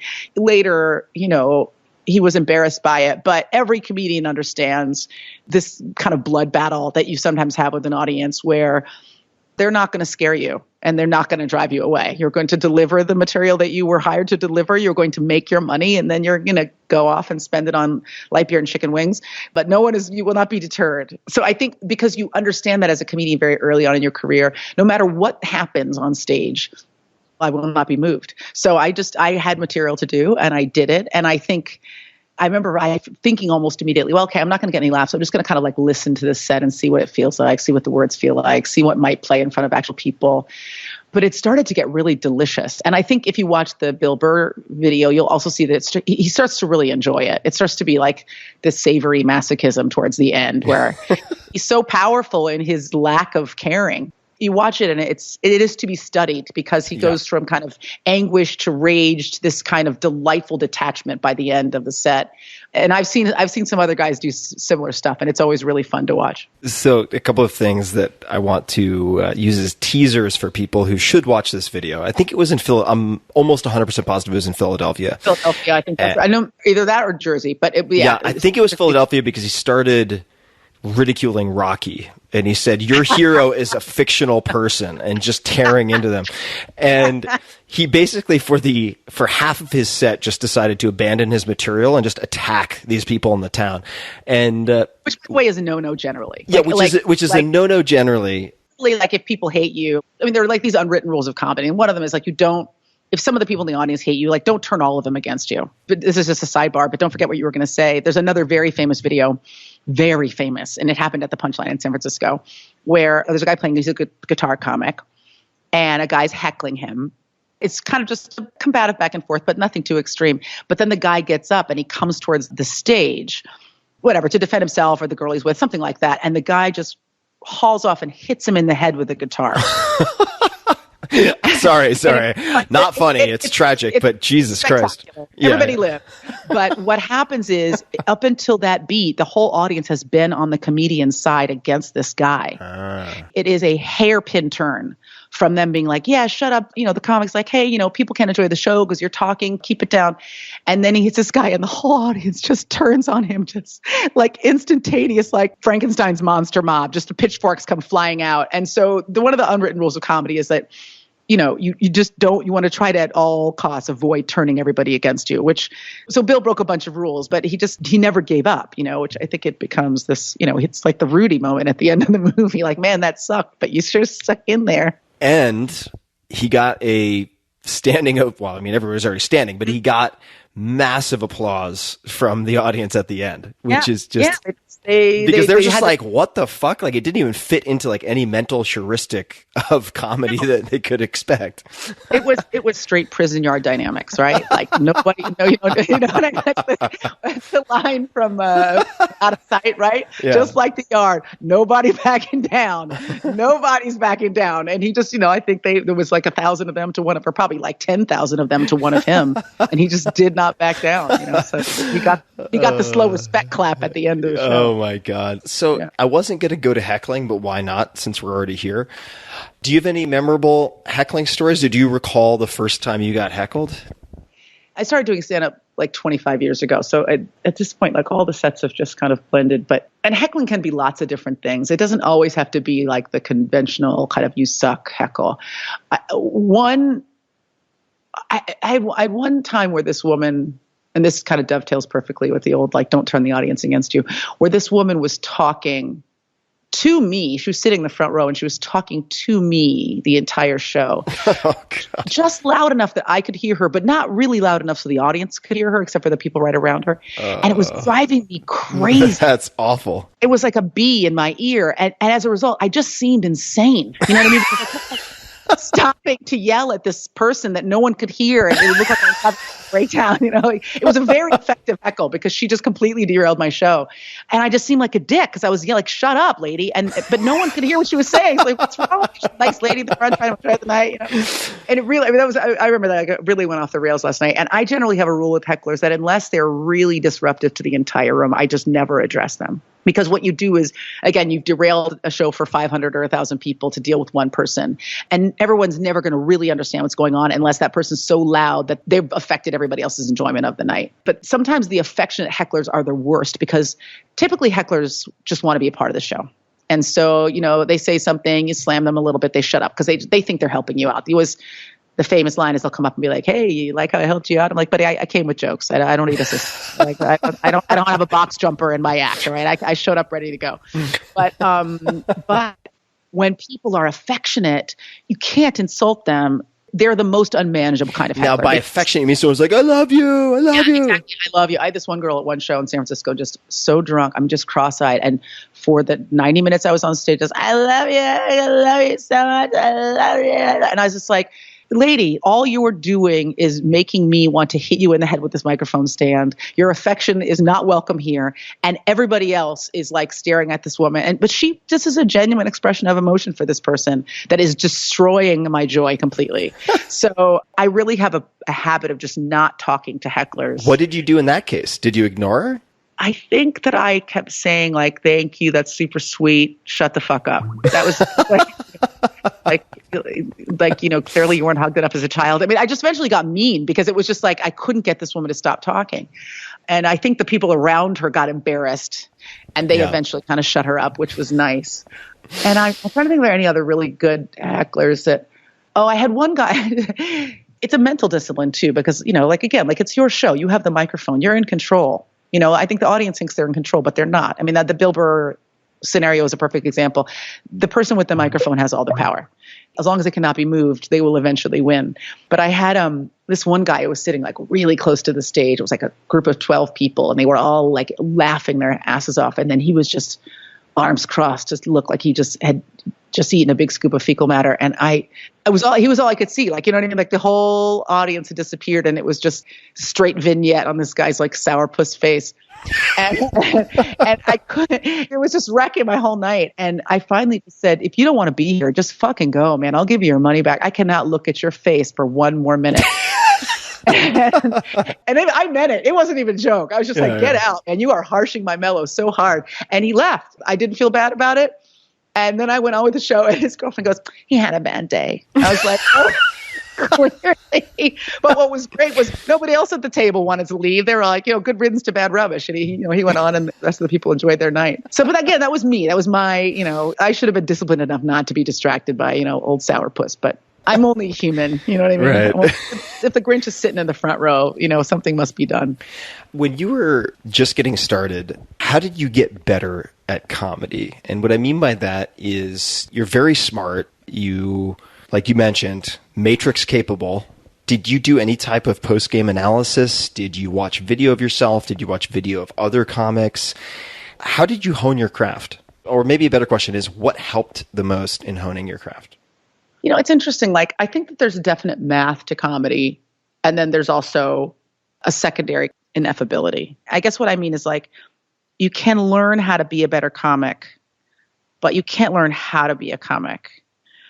Or even in a different way, I really wanted to be an engineer, and I could have really suffered and struggled through like the elevated math I would need to become an engineer, but it would never be effortless for me.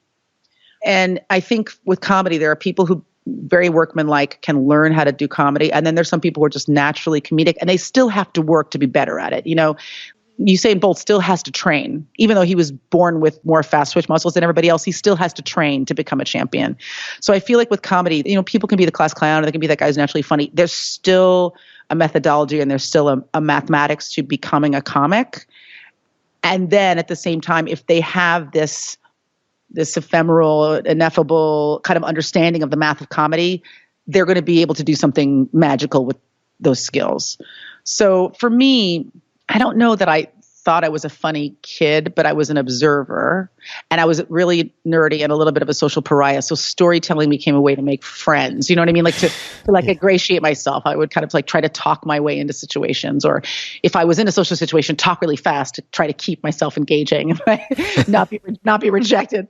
So that was what I brought to it, was like that combination of being an outsider and an observer, and then using those skills to try to kind of connect with people. But with comedy, I never took any classes. I never read any books. There's definitely people who can say, oh, you know, there's a total methodology to comedy. It's, you know, the rule of threes and, you know, stretching reality to the point of breaking, but not past it. I mean, there are, you know, some specific kind of rules. What's the rule of threes?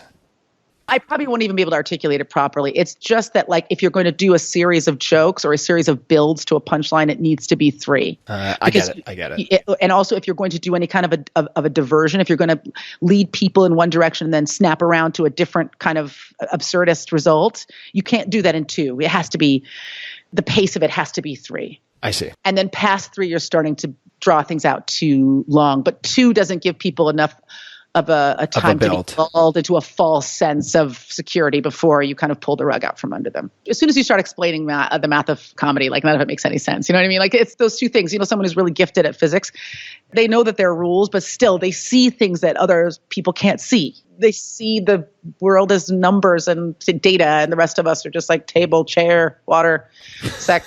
So I guess the way that I did it was that I'm also really an undisciplined comedian. And what I mean is like there's a documentary about Gary Shandling out right now, which I haven't watched, but I'm sure that this is in there because he was very famous for being a really disciplined writer. Like, he would get up and he would write every single day. And sometimes it would be pages and pages of material without fail. Other comics would be like, hey, let's get a beer, and be like, no, I have to write. And every day he would write on this like legal, this is probably true and apocrypha at the same time, on this like legal line notebook, this tiny handwriting, and he would just write and write and write and write. I do not do that. I've never worked that way. I just get on stage. I try a bunch of stuff. I keep what works. I know what works. I already know right away what works. I'll run off stage. I'll write down the things that I knew hit. I'll write down the things I know didn't hit. And then I'll go back and try it again, dropping the stuff that wasn't good and putting new stuff in. I record my sets, but I cannot listen to my own voice. So I have hours and hours of material on tape that I just have never listened to. So I don't know why I still engage in that behavior when it's clearly not useful to me. I think the more you do it, the more you intuitively understand, oh, this is a rich area. People are connecting with this other stuff. There's also something you learn as you move through comedy, which is, it's not just important to get a laugh. Like, does this material say something specific and personal about me? Because when you're a baby comic, every joke is meaningful to you because you only have like 8 jokes, right? And so even if they're stupid or juvenile or unsophisticated or valueless or coreless, you'll still do them because that's all you have. And then as you get older, you start to think, okay, like I want to have a body of work here. Does this hang together? Does it have a strong point of view? Does it have an identity? And then those other jokes start to fall away. And then the material really becomes about trying to tell some kind of a story about yourself and the way you perceive the world. And then that's how you shape it. And so sometimes things that are really funny go away. Things that are less funny stay because they're more impactful. Does that make sense? Yeah, it does make sense. Absolutely. Yeah, I think that's true for musicians. I think it's true for many different artists. Probably for writers too. Probably for writers. It's like, I'm going to find a space that really says something about like my accumulated understanding and knowledge of the world. And it's not just enough to say something. Like, I need to say something that's uniquely mine, something you can only do by being prolific, because you need to be able to let things go in order to figure out what should stay. Definitely. I mean, there's a certain volume to it, thinking of it almost as a funnel. And, I think, and I certainly hope, for the sake of our, not to sound like an old man, but I guess that's what I'm turning into, for the sake of our, that's what we're all turning into. Yeah, society in general, I would hope, just seeing the number of hatchet jobs and the amount of yellow journalism and clickbaiting with pieces that have not been fact checked and so on, and take down pieces of folks who are otherwise doing actually a lot of good in the world, but people feeling no compunction about running pieces that get a lot of clicks because that's the only metric they're focused on. At some point, go from what can I write that will get the most clicks to what can I write that I will be proud of that may or may not. And I think you can figure out a way to make it a non-binary decision. In other words, you can figure out something you can be proud of that is simultaneously likely to find some type of sizable audience. I think in the beginning, there's a temptation, particularly if you have quit your job and you're like, where's my next rent check coming from? Mm-hmm. How can I appeal to the widest number of people possible? And that's a very precarious position or mindset to put yourself into if you're hoping to do anything creatively evergreen. Right. And also, like, it's interesting. Like, when I went to school, we had the honor system, and you were just expected to hold yourself to a high standard because that was what was right. It's just what you did. You know what I mean? You were going to be called upon to stand behind your work. And so you tried to work very hard to make sure that you could defend it. I don't think that it's like we're any less ethical than we've ever been. It's just, like you said, our metrics have changed. And I think that people value fame for fame's sake rather than for the foundational reasons that people become famous. And I think that's the problem. And I don't think it just exists in journalism. I think that people value infamy. They can't distinguish between fame and infamy. And, with a 24-hour news cycle, like, a bright burst is as meaningful as a slow burn. I actually don't really know what we do or what should be done or what should happen to counteract that, other than people start to maybe get hip to it and start rejecting baseless journalism. And let me take that back. I find it very easy to distinguish between things that seem like they've been thoroughly vetted and things that are bullshit. But I think that people are working very hard to make it harder for the rest of us to distinguish between the two. So there are, without me sounding like a crazy person, there are nefarious forces at work trying to make it very hard for us to figure out what's real and what's not real. And I think we have to start to raise people who are just more critical thinkers, but it's hard to be a critical thinker when you're just scrolling through your Instagram feed looking at like butts and cupcakes all day long. Have you been watching my feed? Are you looking over my shoulder? Are you one of the nefarious forces? I'm following you, and I know what you're into. I see what Jesus. you're into, Tim. Oh God. I'll admit, there was a day, and you would think, supposedly being a tech investor and all this stuff for 10 years, that I would figure this out. There was a day when I was scrolling through cupcakes and thongs, and I looked up at my profile and I was like, wait a minute, people can see what I follow? Oh, yep. And I was like, oh, fuck. Fortunately, I've systematically dismantled and deliberately tarnished any semblance of any reputation I might have very deliberately, so that I feel, so that I don't feel. I want to start interviewing you now. This is so interesting. Yeah, so that I don't feel I have any, Stepford Wives polished. Yes, any kind of perfection. To preserve, right? It's like, That's so good. And that's so interesting to me. And it's different than just being a slob. What you're saying is, I refuse to create a box within which I will be kept by others. I think that comes also from a curiosity about the world. I actually think that, like, people who are trying to remain perfect all the time are fear-driven. That's not a position of strength. People think they're maintaining a position of strength when they're trying to maintain an appearance of perfection, but that is, by its very nature, a posture of fear, which is, I cannot be seen to have imperfections. I cannot be seen to have flaws. There can be no chinks in my armor. And I'm terrified of being judged. But there is something very liberating, and I think it comes from age as well, and from experience. And I don't mean experience like a resume, but like just having experiences to realize how little you know, and how the only way to learn is to constantly be like skinning your knees, and that doesn't go away. Like, the older you get, the more you know that you know very little, and that you cannot learn if you are constantly trying to maintain a posture of perfection. That's why I'm a total mess. Woo! Well, if you don't practice skinning your knees, just to like really bleed the metaphor for all it's worth, if you don't practice skinning your knees, you're not going to develop the callus for increasingly painful grades of sandpaper, right? This is really awkwardly overextended now. But the point being, if you operate from a place of fear and want to please this nebulous majority more than you want to please yourself. That's not to say that I've always viewed my entire life and all my decisions as a singular locus of control in the palm of my hand, and I care what no one thinks. That's not true, because that's not how humans have evolved. But if you are deferring to others, your perception of what others want on the small things, then it's going to become harder on the medium things, and then impossible, and then it's going to become harder and impossible on the big things. And for that reason, I find it very valuable to deliberately expose yourself to different types and levels of discomfort so that you can actually stand up for the important stuff when it matters. Because if you don't practice on the smaller stuff, for instance, like if I'm so humiliated by the fact that I like gorgeous female asses, and I'm like, oh my God, and I put something up about, I put up this picture. So this is what I do occasionally when I'm like, you know what, I think I'm getting a little fat and happy and complacent, and maybe I have too much FOMO or something like that.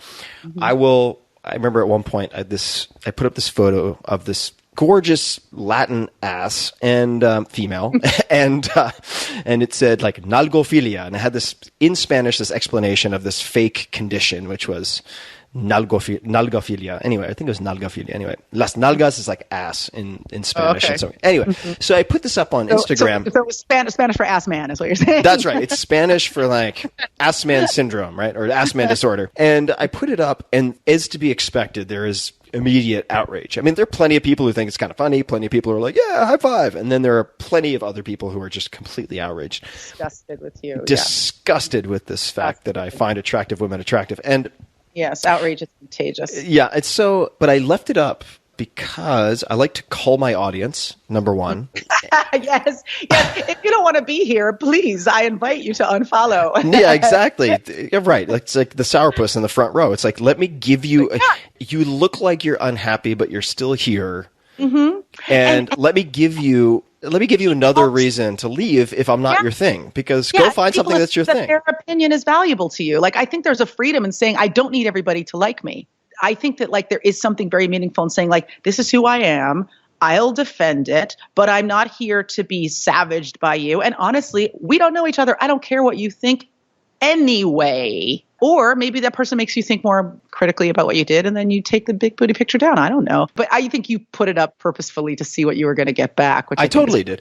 Entertaining. And there are cases, just so I don't sound like a complete dick, there are other cases where I put something up without really thinking about it, and I do get feedback and realize, you know what, that's actually a really kind of insensitive thing to put up, and I didn't think it through.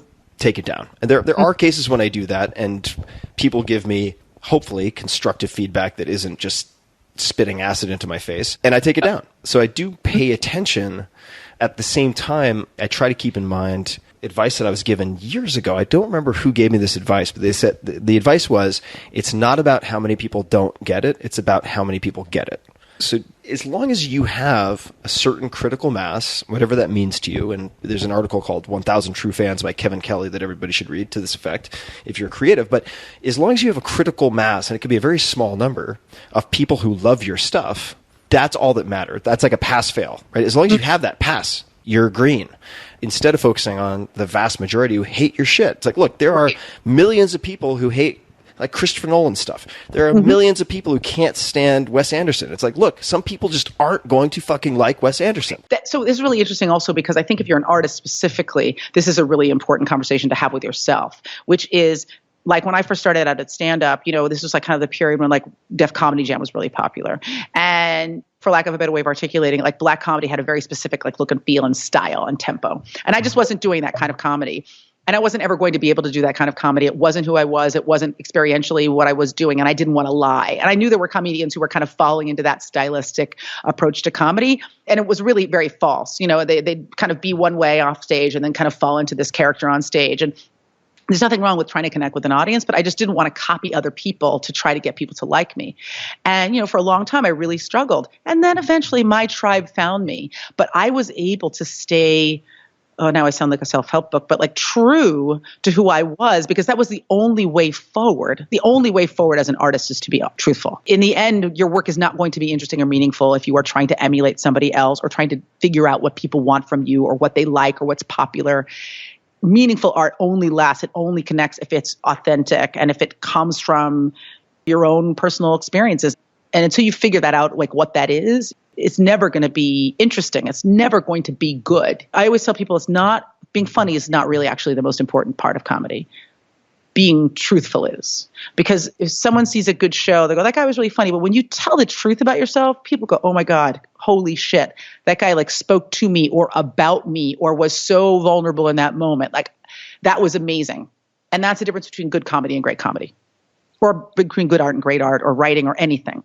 Yeah, it's truth. That's advice that I've also heard for screenwriting and many other things. I'm so glad you said that and reminded me of that. You have to please yourself. I mean, you just have to please yourself, period. Because it might not go your way anyway. But the worst thing is creating something, trying to figure out what people want, and then creating some piece of shit, some like crass, glib, solicitous piece of shit, and people don't buy it anyway. Why not make something you love and then people don't buy it? At least it was something that you loved and you're not embarrassed by it. Right. You said it may not work out. And if you're in the creative game, at least from what I've seen, particularly in the beginning, most things are not going to work out. Yeah, nothing ever goes your way. Right. So you might as well have one person who's happy about the process. And Exactly. That was what I was saying about engagement. At least the experience was satisfying. And I would also, I feel like I'm talking too much, so I'm gonna stop in a second. But the other thought I might underscore for folks that is kind of practical, tactical from a competitive standpoint.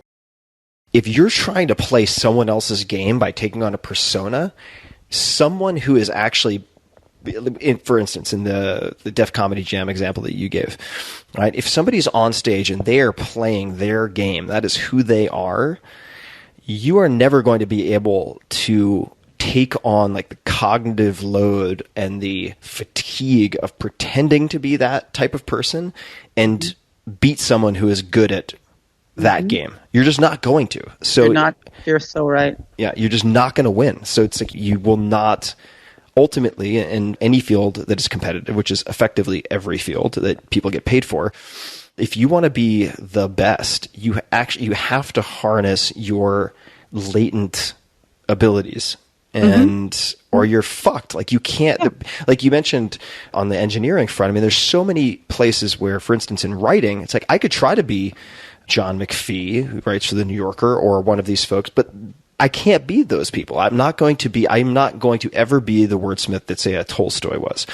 But do I like teaching? Do I obsessively think about teaching and deconstructing things that are complex? I do. So I can use books as a medium for teaching and think of it that way, because if I try to out McPhee, I'm going to get my face ripped off. And well, we're talking about creativity and creative pursuits, which, by the way, almost everything is. Even if you meet people who are the top of their game in accounting, the top of the game, I'm not talking about shady money laundering shit. I'm just saying in accounting, in technology, there's certainly an element of creativity. If you're looking at the people who are really at the top and innovating in any way, doing exceptional work.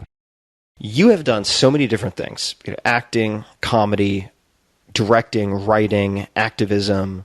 You've been a host, you've done voiceover, you have engaged in so many different acts of creation.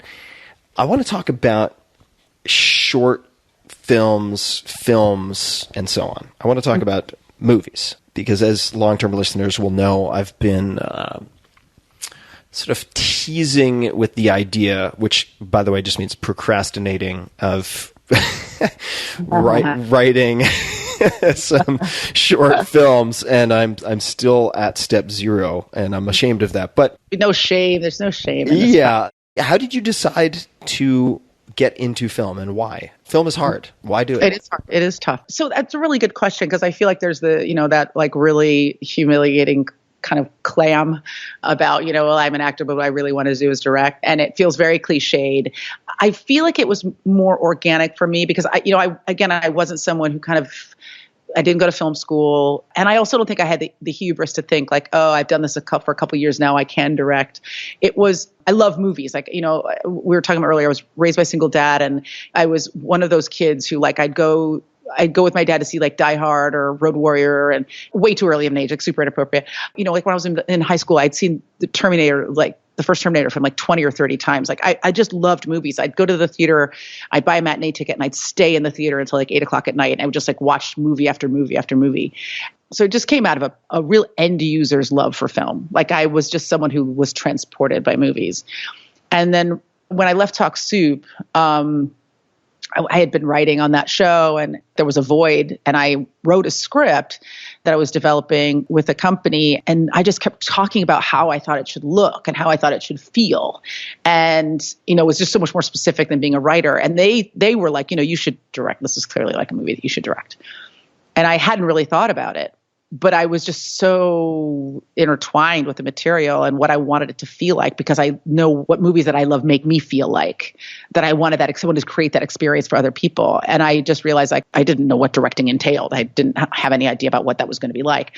And I just went away and started trying to learn about directing. And so I kind of would call people that I knew that were directors. If I was working on something, I would ask to come back to set when I wasn't working so I could hang out and shadow, which is where you just kind of hang around behind a director and watch them work. And I ended up shadowing with some really incredible people. I ended up spending several days on The Wire in its last season. Oh, and, wow. Yeah, and just got to just be on the other side of a process that can be relatively opaque when you're an actor. You just kind of show up and say your lines and leave. And then I started making shorts. And I guess this is going to sound very glib, but because I'm sure I have resources available to me that lots of people don't.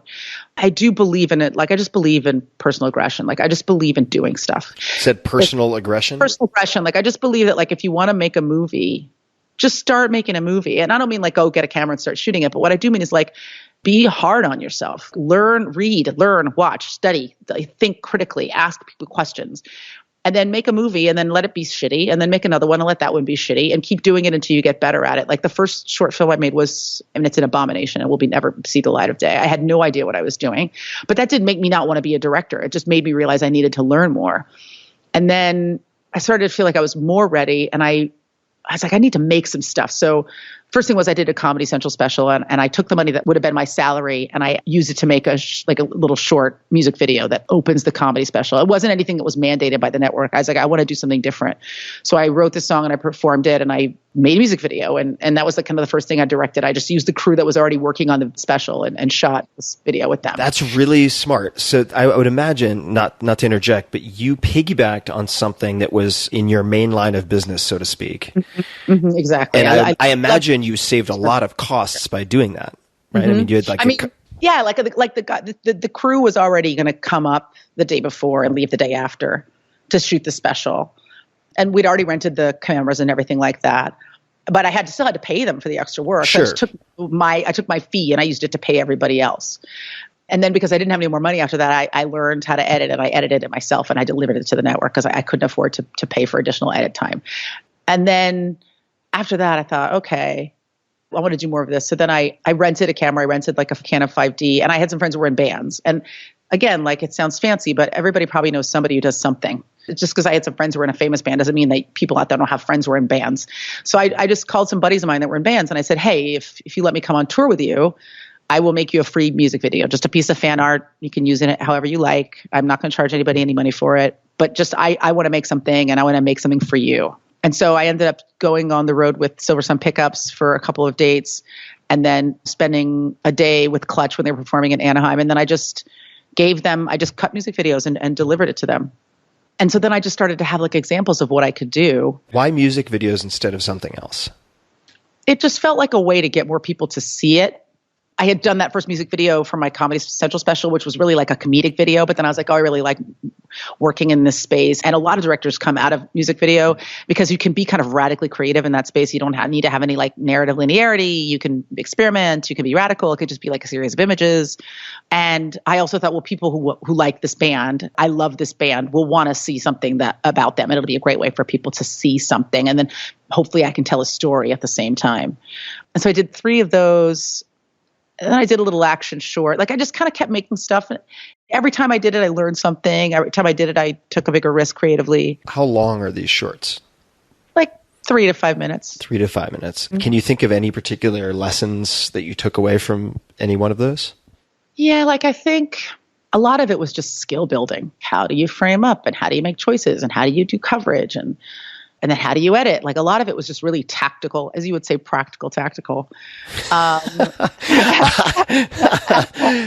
God, I have my pet phrases. This is also my weakness. Never heard that. Like, I'm going to steal it. Stealing it from Tim. My pet phrases. Oh God. And then a lot of it was just getting confident with my own ability and my ability to articulate what I wanted from other people. You know, just how do the other jobs on a set work? Who does what? What do I need? Oh God, this didn't work. You know, I didn't work because I didn't have this kind of a person on set. Like there were, you know, I was shooting digitally, and then on one show, on one of my things that I shot, like we didn't have like a tech on set to help me make sure that it looked the way that I wanted it to look, like that the levels were set properly. So when I got home to edit it, like I had some problems, but like they weren't catastrophic problems. They were just because I wasn't making Star Wars. You know what I mean? I was just able to be like, well, this is what it is, and I'm going to make this and move on. And then I was getting ready to I really wanted to do a feature. I had some material I'd written, but it was kind of going to be an expensive movie. But I was still shadowing. So I had a friend who had a show called Penny Dreadful, John Logan, who created Penny Dreadful. I met him at Comic-Con. I'd hosted the panel for that show. And he was like, hey, why don't you love the show? You should come visit us in Ireland. And I remember thinking like to myself, people always say that. And then you always say, yeah. And then you never do it. I was like, I'm going to do it. I'm fucking going to Ireland, man. I'm going to be cool. I'm going to be a cool kid for once in my life. And so I ended up going over and visiting Penny Dreadful and Vikings shot right up the road. So I got them to let me visit that set. I just hung out at like passed out sandwiches and, you know, lifted stuff and asked questions and watched them work. And then while I was over there, I met a bunch of Irish actors, and two of them actually, one was an actor, composer, one was a writer, a screenwriter and an actor. And we ended up making a short film together in Ireland at the end of 2014. That was my first narrative short, my first kind of story-driven short. It was just great. It was just like, I was like, oh, this is like totally who I am. This is what I want to do with my life. Where did you film in Ireland? In Galway, which is the beautiful town. Coast. Yeah, such a great place. I lived there for a month in 2005. Oh yeah, amazing! Oh, yeah. That's so cool. An incredible arts festival there. It's a really beautiful spot. Yeah, it is. It's like the arts center of Ireland. They've got a beautiful film festival in the summer. They've got an arts festival. You know, like local theater, and it was just a great experience. And you know, things went wrong and things went right, but you know, we got it in the can in 3 days, and it was just super cool and personal. And then that same writer who had written that short had a feature he had already written, and he asked me if I wanted to take a look at it. And it was just a perfect first film. And that's the film that became Axis. Okay. So I want to dig into Axis, but before we get to that, you're taking these trips, doing these music videos. During that period, did you save up for that period knowing that you would need to work out of your savings? Are you depending on royalties and other streams to pay your bills? How are you covering the necessities of life as you were handing out sandwiches and doing all these various things? Well, it wasn't as prolonged of a period as it sounds like. I was on hiatus. So like I was working on The Talk at the time, and we get a month off every year. So I went in that month. But I think if I was talking to a layperson who didn't work in television, I would say like, you know, if what you want is to grow in whatever field you're interested in, like just create a space for that. Make that your vacation. It wasn't like I was riding around in a limousine. Like I just flew over and I hung around, you know, for like a week and watched people work. And it wasn't any more or less burdensome than taking a vacation. But one thing I was more interested in doing as I got older, and we started with this in the beginning, is like, you said it, and I think we kind of went past it, but it's so interesting to me. It was I just really wanted more discomfort in my life. It's just very easy the older you get to be like, you know, get in car, go to work, eat bag lunch, get in car, go to gym, go home, eat food, watch TV, go to bed, and then you just think like, am I growing? Like, is like any of this interesting? Am I gonna, you know what I mean? Like I have one life, and I'm just spending it in this like torpor, and so. For that, I was going to a place where, I mean, I knew one guy at Penny Dreadful, but I didn't know anybody at this other show. And I just kind of cold called them and said, can I come visit? And they were super gracious. I'm so curious, just to interrupt you yet again. What does that email say?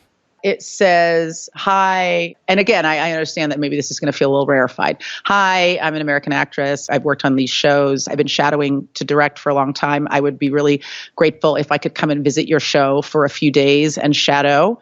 And I will be as unobtrusive and invisible as I possibly can. And I'll be here these days. And I understand if you can't accommodate me, but I would really be grateful. And I think it helped in my particular case because I had tweeted a lot about how much I loved Vikings. So they kind of knew that I was a big fan of the show. And I did some tweeting from set. I kind of paid my way in like flacking their show for them. But I'm not over caffeinated, I swear to God. You're making so many important points that I just want to pause and help, well, as much for myself as anyone else, just people to reflect on. So what you did in terms of tweeting, people might say, well, I don't have a verified account and nobody's going to pay attention to one tweet in the Twitter feed of 10,000 if it's a popular TV show. But I can tell you from personal experience that you could, for instance, write something for Medium or for fill in the blank outlet that has a high Google, in other words, page rank, and that many of the producers, actors, and so on will have Google alerts or other alerts set that deliver to their inboxes relevant media that mention, say, the show or the actors.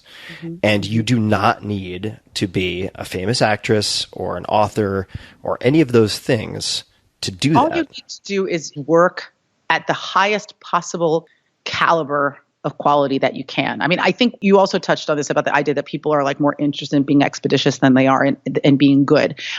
I think that this holds very, very true for this business. A lot of people have made headway because they did something that nobody saw, but when people asked them what they did, the thing they were able to show was extraordinary. And I don't mean like expensive extraordinary. I just mean unique and personal and crafted with care. And so if that's something that you wrote or if it's something that you made, if you made, the number of, I mean, this is not the best example, but it's a good one. 20 years ago, there was this video tape going around Hollywood of these guys in an apartment, and it was a VHS tape. That's how long ago it was. And people were dubbing it and sending and giving to friends of these guys in an apartment. It was these three black guys where the one guy goes up and hits the little intercom and goes, "Whassup," and then the other guy goes, "Whassup," and the third guy goes, that was a short film that some guy made on like a digital camera. None of them were famous. They were just some guys in New York. That ended up being that Budweiser campaign. That's crazy. I had no idea. That was the origin. It was a short film. It was a 2.5-minute short film that was just funny. We didn't know these guys. No one knew who they were. And they didn't have any connections. And I think it was just about doing something that felt original and personal. And again, it just comes back to like, don't try to figure out what people want. Just do what's interesting and important to you, and then keep doing it until you come up with something extraordinary. And that will be your calling card. It may not happen as fast as you want or as aggressively as you want or as expansively as you want. But in the meantime, you're doing cool shit, which should be your primary goal in any event. When I made Access, honestly, I just wanted to make a movie to show people I could make a movie. I wanted to make the best movie I could, and I was very rigorous in leveraging the resources that I had to the best of my ability. But I don't know that I had a lot of expectation that a lot of people would see it. It's just because I made the best movie I could that, it got all of this attention. But I don't think I was going in like, this is going to be a massive hit. I was like, I'm going to make this little movie. And then for the next one, when people say, well, what have you done? I could be like, look at this little thing I made, So I think you have to always be focused on the results, not the result, on the thing and not the result, because the result is directly tied to the quality of the thing. So it's not about infamy. It's about fame, and fame is based on the quality of your work. So just be doing excellent shit all the time. And eventually one of those things will connect with other people. Yeah, not to sound like a fortune cookie on top of all of that, but like the only uncrowded market is great. There's always a fucking market for great. There's exactly. I mean? Be radically great. Like, don't be like, I saw 10 things like this, let me do the 11th thing. Be brave enough to court failure. That's probably when you're going to do something great. Absolutely. And if you are really in love with something, and I'll give two examples. If you're really in love with, say, screenplays and film, or if you're really in love and passionate about, maybe is a better word, possessed by, right, technology investing, early stage technology investing, two phenomena, two companies at this point, certainly, that are worth looking at and just investigating the stories of, demonstrate very clearly what you can do if you are just rejected by the establishment, or if you want to not operate within the existing power structure. So the two examples are The Blacklist. Look up Franklin Leonard and The Blacklist. Example, absolutely. Right. And then the second is, and we don't have to get into both of these right now, the second is, just by coincidence, also has the list at the end, but Angel List and Naval Ravikant. And people can look up The Avenging Angel was the title of his interview in his alumni magazine at Dartmouth, in fact. But I get excited when I hear these types of stories, so they should check them out. Let's come back to Axis. What is Axis? And did you have anybody try to talk you out of doing Axis? Well, so Axis is a thriller about an expatriate Irish actor living in Los Angeles who has had a lot of success, kind of explosive success in his youth, and has really just used all of his resources to just wreck his life. You know, he's a drunk and he's a drug addict and he's terrible at relationships and he's a dick to everybody. And when we meet him, he's trying to turn his life around. And it's really about a guy who's not a bad person, but he's done some bad stuff, which I think almost every human being can relate to. You know, I mean, we all have a little bit of a demon inside of us. And I think this is just a guy he's been frail in the past, but he's really trying to be a better version of himself. But slowly over the course of an afternoon, and the movie takes place in real time as he's driving through Los Angeles, his life starts to unravel. And it's really about him trying to hold things together, trying to be a better person, trying to be a better person in his relationships with his family, with people that he works with, just trying to be better. It's really dark. It's very funny. I happen to think, and this, I'm sure I'll get some letters about this, but I happen to find that addicts are really entertaining people. And I don't mean they're funny, like laugh at them. I find that typically people who've broken themselves down are just more honest than people who are trying to be perfect all the time. And so, you know, he's a guy who's self-aware. He's aware of the mistakes he's made. So it's a very darkly funny movie. And then it's very twisty. It's a thriller. So it's got a lot of secrets. And the most unique aspect of the movie is that the whole thing takes place in real time inside a car as he's driving through Los Angeles. So the lead actor is the only actor on screen, and all the other actors are voice actors on the phone with him. How would you describe your experience of being involved with this film? It was so wonderful. You asked if people tried to dissuade me from doing it. And the short answer is, in Hollywood, the way that people dissuade you from doing stuff is just by not helping you, just by not engaging with you. You don't even get no, you just get like silence. Right. But this happened very quickly. So I didn't have a traditional kind of like discouraging period of frustration with trying to put this movie together, because I read it in like August or September of 2015. And I was kind of at peak engagement at the time in terms of work. Like I was on 4 shows and I really only had a little bit of time off in 2016. And I realized if I didn't make the movie in this one single week in May of 2016, that I wasn't going to be able to make it at all in that year, and I'd have to push to the next year. And so then it just became about hitting that target. Like, how can I hit this target? So I never even went like the traditional way of trying to find like people to finance the movie in a studio, because they were going to say like, we don't know who this actor is. Like, he's unknown. Can we put somebody famous in this role? Can it be Ryan Gosling? And then can it not be with just him on camera? Can we have other actors in the movie? And then can we make it not in a car? Can we make it? I mean, like, we're just going to, the whole kind of concept of the film was going to unravel. It's very typical in Hollywood where people are so risk averse that they take all of the edge and singularity out of a project. So very quickly I realized that I was going to have to probably crowdfund the movie if I wanted to do it my way and on my time frame. So in March of 2016, I had my first exploratory conversation with the people around me and with Kickstarter. They have people over there who are kind of around to help you kind of figure out how to put a project together. I built the campaign in 3 weeks. I launched it in April.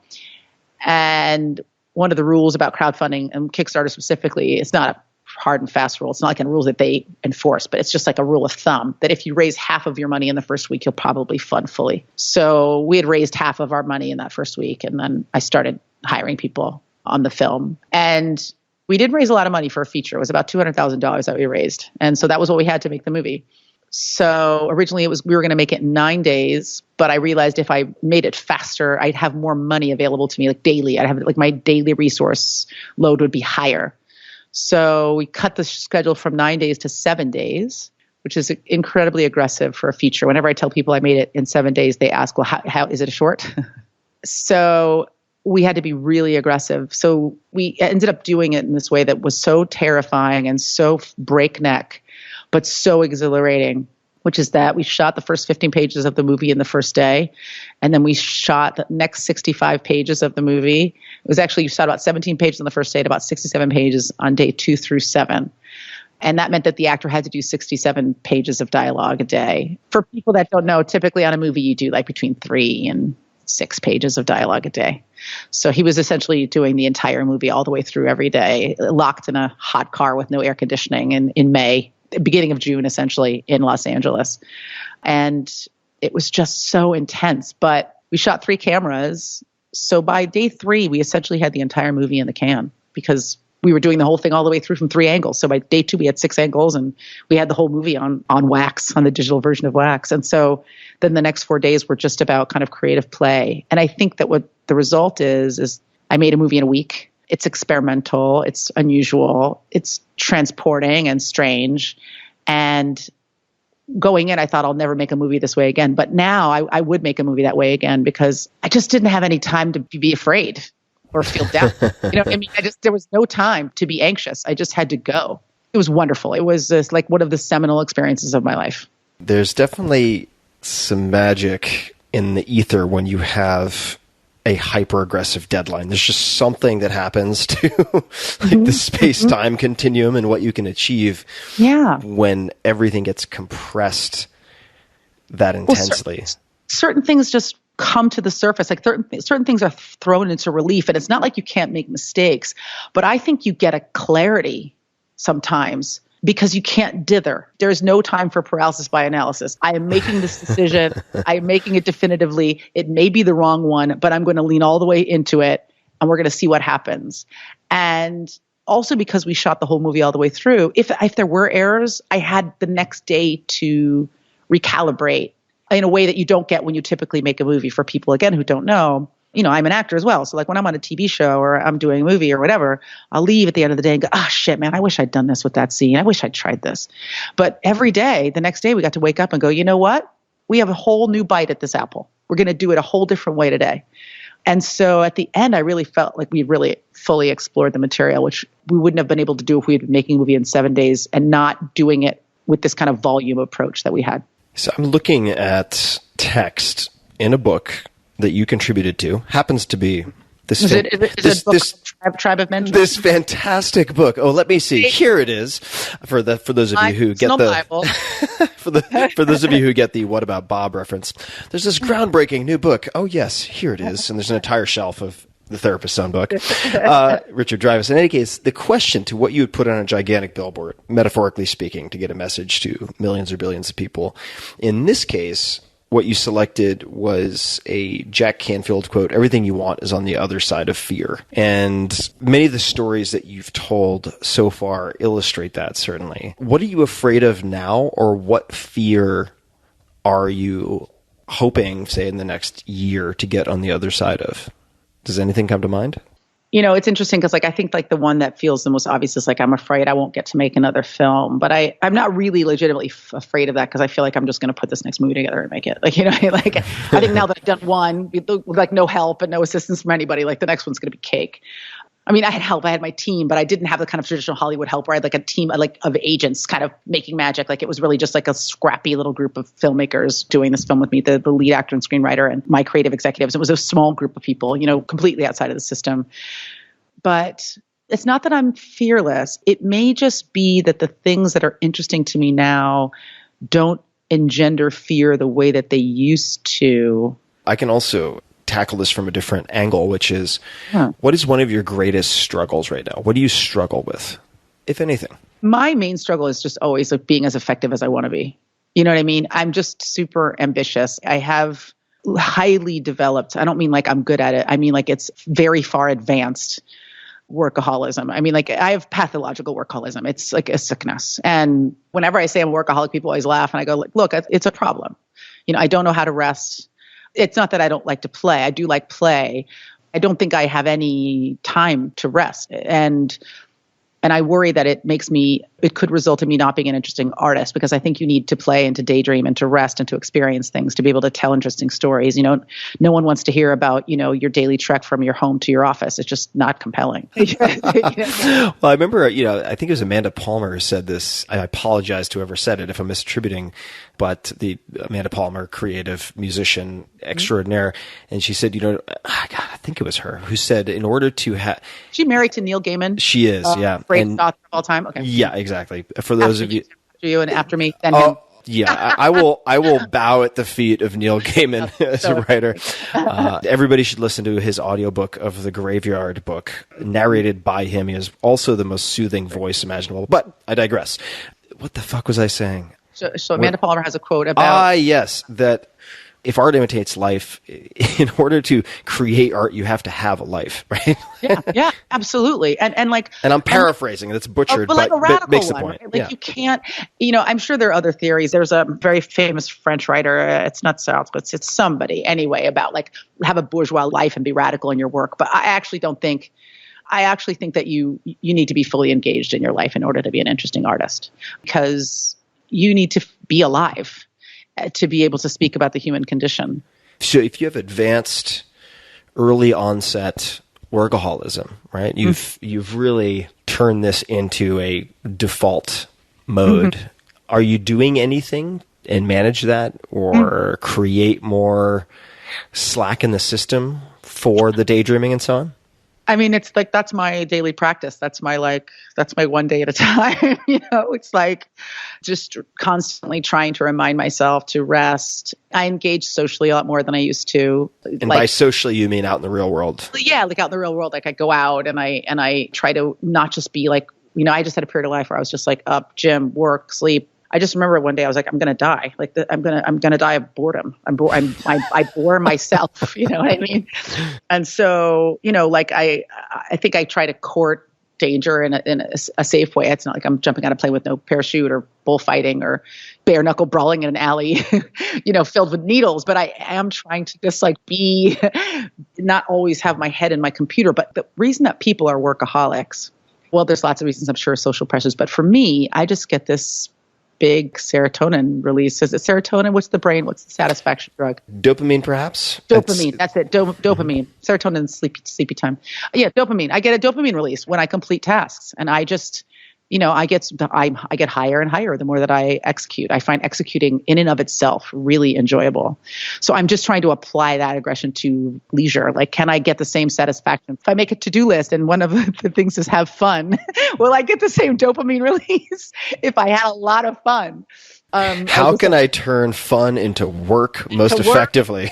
And then be like, I don't know about you guys, but I just fucking crushed my to-do list. What? I realized, even though I can feel very harried, it's interesting to me to be feeling like a part of being on this planet is like fully engaging and doing everything I can do and everything I'm interested in. Because I don't want to look back and be like, man, I should have tried that. I'm happy to look back and say, man, I tried that and it went terribly for me. That's a perfectly comfortable space for me to be like, man, I tried that and I completely shit the bed. But what I find very uncomfortable is the idea that I always wanted to do something and I never did it. And so that's what I fear. What I fear is not trying, not experiencing all the things that I want to experience. How do you think your life, because you live so aggressively, you milk the most out of the hours that you have. How would you or your life be different if you didn't have exercise as an element, do you think? Well, it's interesting because I really love working out, but there's a constant battle for me between like being effective with work. And I'm the queen of like getting up at like 5 a.m. to work out, putting on my workout clothes, and then being in front of my computer at 4 o'clock in the afternoon, and I haven't moved. Like, I mean, that's just like that's just a normal day. Like, didn't move, didn't eat, didn't do anything, just been in front of the computer for like 11 hours. But it's just such a great stress manager. And I also think that there's another thing there, which is it just, again, like puts you back in your body. This like thing that's carrying your brain around and making you effective. And I think that with everything, all of the stimuli that we experience nowadays, all the pictures and the images of perfection that are coming in at a much faster and more voluminous pace, it's really easy to fall into like an abusive relationship with exercise, either doing it so much that you're hurting yourself or not doing it and then engaging in that inner monologue about how you're like worthless and you can't get your shit together. And I don't have either of those things. I just know I'm happier and better when I work out. I've finally dropped the monologue about like, I'm not a good person if I don't crush a workout. I just try to do it every day because I know I'm better mentally. And I also cheat completely. Like I have my phone. I took a hike today I had my phone with me and like I stopped every 10 minutes to like write something down. So, I'm not really like fully, and I'm not being in the moment when I'm working out. A lot of times I'm stopping like hundreds of times to make notes and remind myself of stuff I have to do or put stuff on my calendar. Do you still use Concept 2 or a rowing machine? I still use my ergometer, my Concept 2 ergometer. I have had it since 2000. It is 18 years old. I have never had to repair it or replace any parts. It's the best. It's the single best piece of equipment that I have. My whole gym now, I have my whole gym in my place. I have a TRX bodyweight system. I have 2 kettlebells, a 25 and a 35. I have my ergometer. I have battle ropes that are attached to my dining room table. And I have one big power step that I just use to do like pistols and stuff like that. And I get everything done with those 5 things. That is fantastic. So pistols, for people who don't know, those are one-legged squats.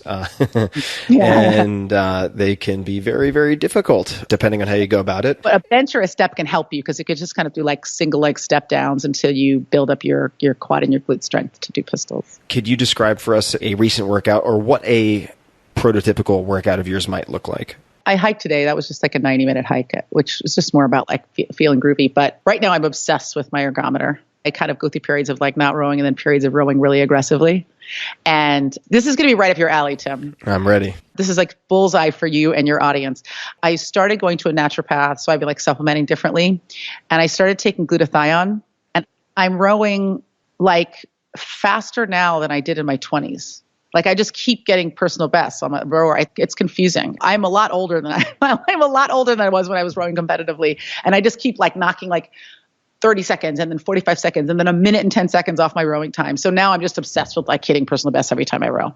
Okay, let's dig into this. So the glutathione, how is it, for those who aren't familiar, glutathione is thought of, a simple way to think of it, or the way it's often described as a master antioxidant of sorts.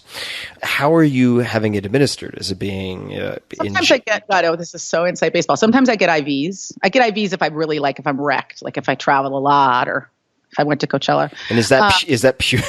is that just glutathione, or are you doing that at the B vitamins? I could do it at the end of my IV. I'll get like B vitamins and like, just and a glutathione push at the end. Or something yeah, like exactly. You can get like fat soluble. We can get this like fat soluble glutathione that you just take. You just like gulp down. It tastes like axle grease. Wait, is this the? What is this company? It's Lipospheric. That's the name. Lipospheric glutathione. Lipospheric glutathione. Yeah. Yeah, I remember. I was attributing it to the glutathione because before the glutathione, I was running slow, and now I'm just like a jackrabbit. So it could be something else, but I'm going to say it's the glutathione. I will warn people in advance. I had some of this lipospheric glutathione at one point, and I gave it to a friend of mine. And I think it might have been, for those who know my buddy Kevin Rose, since I like to mention him, even misattribute things to him just for fun. I think I gave him one and he said something like, "What is this, horse semen?" It does have has a very weird consistency. And it's terrible. No, my father calls it axle grease. That's what he's like. Yeah. Give me this axle grease. Yeah. Because I gave it to my dad. I was like, I think this would really help you. And you're supposed to take it in liquid, but he's just been eating it on a spoon. He's a better man than I. Oh, I just like squeegee it out of the little packet. Into your mouth? Yeah, into my mouth. I take it with like about 2 ounces of kombucha in the morning, so I don't have to think about it. Yeah, but you're like, I take so. I mean, I'm sure you're like this, or maybe after all of that experimentation on yourself, you just get up and have a bowl of like Frosted Flakes in the morning, Tim. But it's like I do that, and then I have my bowl of supplements, and then I have my fish oil, and then I have my curcumin, and then I have my turmeric, and like by the end of the morning, like I've supplemented. It's like a banquet. Like I don't even need to eat. I've taken so many crappy tablets. All right. Just to hit pause again. So is the exercise before breakfast? Is it the first thing you do? What is your first ideal morning? What's the first 90 minutes, 60 to 90 minutes look like? Espresso shot, glutathione, What workout. time do you wake up? It depends on the day. Like, between like 6 and 7. Okay. I used to wake up a lot earlier, but I let one of my shows go, so I don't have to wake up at the crack of dawn every day anymore. So it's like between like 6 and 7 o'clock. And then and I have to work out in the morning, or I won't work out at all. So you wake up, you have espresso shot, glutathione with. I always have coffee before I work out, like without fail. And then the glutathione with the kombucha. Any particular type of kombucha that's your preferred axle grease mixer? I like Better Booch. And I like, was it Life Aid? I think is one of the other. I love kombucha. I'm very slutty when it comes to kombucha. I'll drink any kombucha. I'm just a big kombucha fan. All right. So then you buckle down to work out. And this is going to sound like I'm just looking for opportunities to plug, which maybe I am. But you described your work, one of your workouts, the concept to like mid-distance 5K rows punctuated by short distance 2K hit sprints, high intensity interval training. Yeah, high intensity interval training with a 10K long distance row once or twice a week. Would that be a current workout? Yeah, that's typically my workouts. And then I'll do like a set of 5 by 25 kettlebell sets. Like, like I'll get up in the morning and just do 125 kettlebell swings in front of the television. And then sometimes I'll do a TRX workout because I didn't have really a way to simulate pull-ups. So that was why I got the TRX. So I could do. That was like the one thing I didn't have in here was a pull-up bar. Is the TRX attached to a door? Is it? Yeah, it's such like a railing, like an upstairs railing, and it just hangs off of the railing. And that's it. I mean, I try to keep it like relatively simple so that I'll do it. I don't really train with anybody because I just can't. I can manage the hour workout, but I can't manage the transit between my home and a play. I don't have enough time to do that too. You know what I mean? Like I've got the hour. I don't have 2 hours, so I don't go to a gym anymore because I wouldn't have the time for it. Yeah, the transit time. Transit time was what killed me. It's like I have an hour to work out, but I don't have a half hour on either side of that to go to the gym. Do you still watch shows when you row? Totally. Any recent favorites, or what are you watching currently? Like fantastic junk. I mean, some good stuff. Like I watched Walking Dead, Fear the Walking Dead. Those are always really good workout shows. Right now I'm watching The Magicians during my workouts. And then when I finish that, what will I watch after that? Sometimes I watch stuff that's on streaming services because I hate to have to, when I'm rowing, I don't want to have to watch commercials. And I can't stop to fast forward because I'm trying to beat my previous row time. So like I'll stream stuff on Hulu, like X-Files or Handmaid's Tale, or I just watched a show called Deutschland 83 that was pretty great. It has to be something that I can kind of watch, which is why I'll typically watch something that's like not too mentally demanding. I can't pay attention too closely to plot points. Right. Do you make New Year's resolutions? Do you have any routines or rituals around New Year's? We're talking, just for people who may be listening to this at another time, we're chatting at the end of March. And like, did you make any this year? Right. I make the same one every year, which is to rest more. I mean, it's the same resolution every year, rest. So how are you going to do that this time? I don't know. I should just give up. I should stop making resolutions, and then I won't have to have not accomplished them. I mean, look, maybe a part of success, or like success at being you, like figuring out being you, is like understanding what your strengths and your weaknesses are. Like my strength is my aggressive work ethic. It was when I was a young comic, I would be like, oh, I should be writing every day. I should write. I should be like this guy. Well, like, that's just not how I operate. So I think once you accept like what your own methodology and what this is why you watch The Terminator 30 times. Yeah, exactly. You're like this is my people, right? Yeah. So I mean, definitely have OCD. I'm definitely an obsessive personality. But like once you accept like these are my strengths, this is where I excel. This is how I excel. Rather than try to force yourself into someone else's like workflow, like figure out what yours is. As a writer, and you've written lots of books, I've only written 2, but with both books, I had this huge lead time. And it wasn't that I was lazy or procrastinating, like the book wasn't there yet. And then just one day the book was there, and then I sat down and I wrote the entire book in a few weeks. But it just needed to gel. It needed to synthesize. And if I had been trying to sit down and kind of write a little bit every day, it would have just been like this like big agglomeration of glop. But just one day I was like, oh, the book is in it. The book is in me now. The book is in me. And then I got it out, God, I wish I had that experience. Man, I'm so jelly. But everybody's different. You know what I mean? Like a long time I would have wanted to be more like you, like disciplined and sitting down, and because there's this panic that ensues when you are 7 weeks from your deadline and you had 9 months to write a book and now you got to write the whole thing. But it's just like that for me. Certain threads have to connect, and that requires rumination and time, and I can't do it any other way. So I don't. I think my strength is like every day trying to eat a wheelbarrow full of glass and shit out diamonds or something like that. Man, that's a good one. That should be a tattoo. Well, speaking of eating glass, this might be predictable, but I'm okay with predictable. I would like to start to wrap up with a handful of questions. And the first one I'm going to ask is, and you actually give people a heads up on this with the self-inflicted wounds. So you usually say at some point I'm going to ask you about X, but I'm sure you've had time to think about this. So do you have any favorite stories of self-inflicted wounds of your own that you could share? Well, I mean, obviously the book is just a collection, not even a comprehensive one, but quite detailed of many, many mistakes that I've made. I'm trying to think of something that's happened recently. It's interesting. I see my mistakes differently now than I did when I was younger. They just feel like an aspect of being human versus like some kind of tragic flaw. Flaw. Exactly. It just seem like an unavoidable aspect of being alive. And then I'm thinking ones that recently that don't feel like that cataclysmic. So they're like lame stories. Oh, you could pick a classic also, like the greatest hits. Like if you're watching TV 15 years ago and it's like hits from the 80s. Right. We could take one of those as well. It's interesting. Like I was talking about that short film that I made that was like the one that will never be seen by any human being. I think it's been destroyed, where it was just like, I just thought that I could just charm my way through this short. And I had a bunch of friends kind of show up, and it was such an odd idea. It didn't even make any sense. It was about a guy who flashed women, and he flashed women. And I can't remember why he flashed women, but it was something to do with like bravery. It was like a metaphor for bravery that this guy would like flash women, and also maybe like hubris, like the idea that like we're going to be super excited to see this guy's penis, and he would kind of like try to use it as currency, and it would never kind of go his way. But it just made no sense. It just ended up being like a series of vignettes about a guy like revealing his penis to strangers. And I just remember at the end, like literally thinking, it's one thing to think like people don't get me. I was like, I don't get myself. I don't know what I'm trying to accomplish here.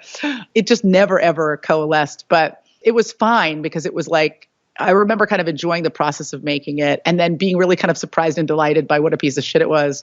Much like that set where nobody laughed. I thought, well, man, that didn't work at all. Okay. I need to go back and figure out what to do next. Like, I think every artist, I think Quentin Tarantino has a famous story about his first film being unwatchable. I just think sometimes if your personality is to be really aggressive and kind of dive in, you're bound to make some spectacular failures, and you just have to have a high tolerance for that and not take it personally and keep moving forward. But yeah, I literally was like, I know you guys don't get it. I don't get it. I don't know I can't explain it to you. I have no idea what I was thinking. Thank you for putting yourselves in my hands. It was a terrible mistake on your part, but you're very gracious to have trusted me with your lives. What's the name of the short? It was called The Whipper. Conjures all sorts of images. It makes no sense whatsoever. When have you been extremely proud of yourself? Could be any point in your life. Can you think of a standout point where you're like, God damn, like, good for me, fucking A? I hate to have it be about this because it sounds like it's super self-promotional, but I really am proud of this film, and for a variety of reasons. Access.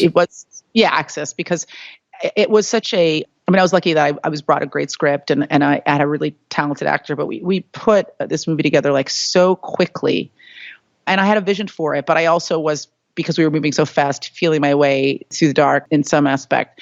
And I think one of the reasons why it came together the way that it did was because I both had a vision for the film, but I was open to modulating. And I think that's really important in anything that you're doing, no matter what field you're in, is that you have to we prize vision and kind of rigidity in this culture, but I think that being able to pivot and be nimble is way more important than being kind of a rigid visionary. You have to be able to look at data and interpret it and then apply it to your situation, or you're just going to keep banging your head against a wall. So we made this movie. We got into the very second day of filming. We started really late. We lost our light. We had to kind of pivot that day. I ended up having to throw all that footage away. Another day we lost light and had to get back up at 5 a.m. and kind of shoot dawn for dusk. But we just kept pivoting. Nothing was catastrophic. Okay. And I think that's something I got from my father. It's like, okay, this isn't working. Okay, so we're going to do this. Okay, that's not working. We're going to do this, rather than, oh my God, this is the end of the world. What are we going to do? And then in post, I had very little money for post and very little time to cut the movie together. And about 4 weeks in, the editor that I had cutting the movie, he was a great guy, really talented, just wasn't connecting with the material, wasn't able to assemble the movie. It was an unusual movie. It's one guy in a car, and I had to let him go. And then I had to learn the Avid system, and start cutting the movie myself. But again, I wasn't like, what am I going to do? I don't have an editor. I'm going to die. I just thought, okay, well, like the answer here is that I'm going to learn this skill set, and I'm going to keep moving forward. And then, I made this little film. It was, strange and atmospheric and dreamlike, and it didn't get into Sundance, and everybody always wants to get into Sundance, but then it got into 8 other festivals and won 2 awards and got picked up for distribution. And the result has been much better than I ever could have anticipated. And I'm really proud of it because I made it for what is typically the catering budget on a regular Hollywood movie. You know what I mean? We made it for just no money and in no time. And I think it also says something. I think what I'm also proud of is that the movie actually does have a strong point of view and a strong visual personality and a strong style that is my own. When I look at it, I don't think I'm trying to emulate anybody. I feel like this is something that I made. It's my little lumpy ashtray from shop class, and I really love it. Good for you. I think it's easy to, I'm not saying you, but for humans to look at the people who are showcased on the covers of magazines or on the front pages of popular websites and think, wow, they figured out all the secret sauce, or they have the keys to the kingdom, and they're able to show up and just hit home runs every time they step to the plate. And when you look at the origin stories of some of these incredible creations that people are familiar with, whether it's Jaws or the company Alibaba is one example. Jack Ma, the founder, I think he's the richest man in China, or certainly one of the top few at this point. And he said, I'm paraphrasing, but we had a huge advantage in the beginning, and that was we had no experience, no money, and no plan. And it forces you to really think outside of the box. And even if that project doesn't succeed by outside measures, the confidence that you develop in exploring areas outside of the box can then transfer to future projects. I remember there's this fantastic documentary. I'm going to butcher his name. It's fantastic mostly for the message, not for all of the content, which I hope makes sense. But it's called Jodorowsky's Dune, and it's the story of this attempt to make a movie about Dune. And the thing is a complete unmitigated disaster, like complete unmitigated disaster. But the talent that was assembled went on to just do incredible things. And if that disaster hadn't happened, one could argue that if you'd stepped on that butterfly, these other careers wouldn't have blossomed in the way that they did, and you wouldn't have the Geiger design of the alien that people now know as the alien of aliens and so on. So it's, I just love...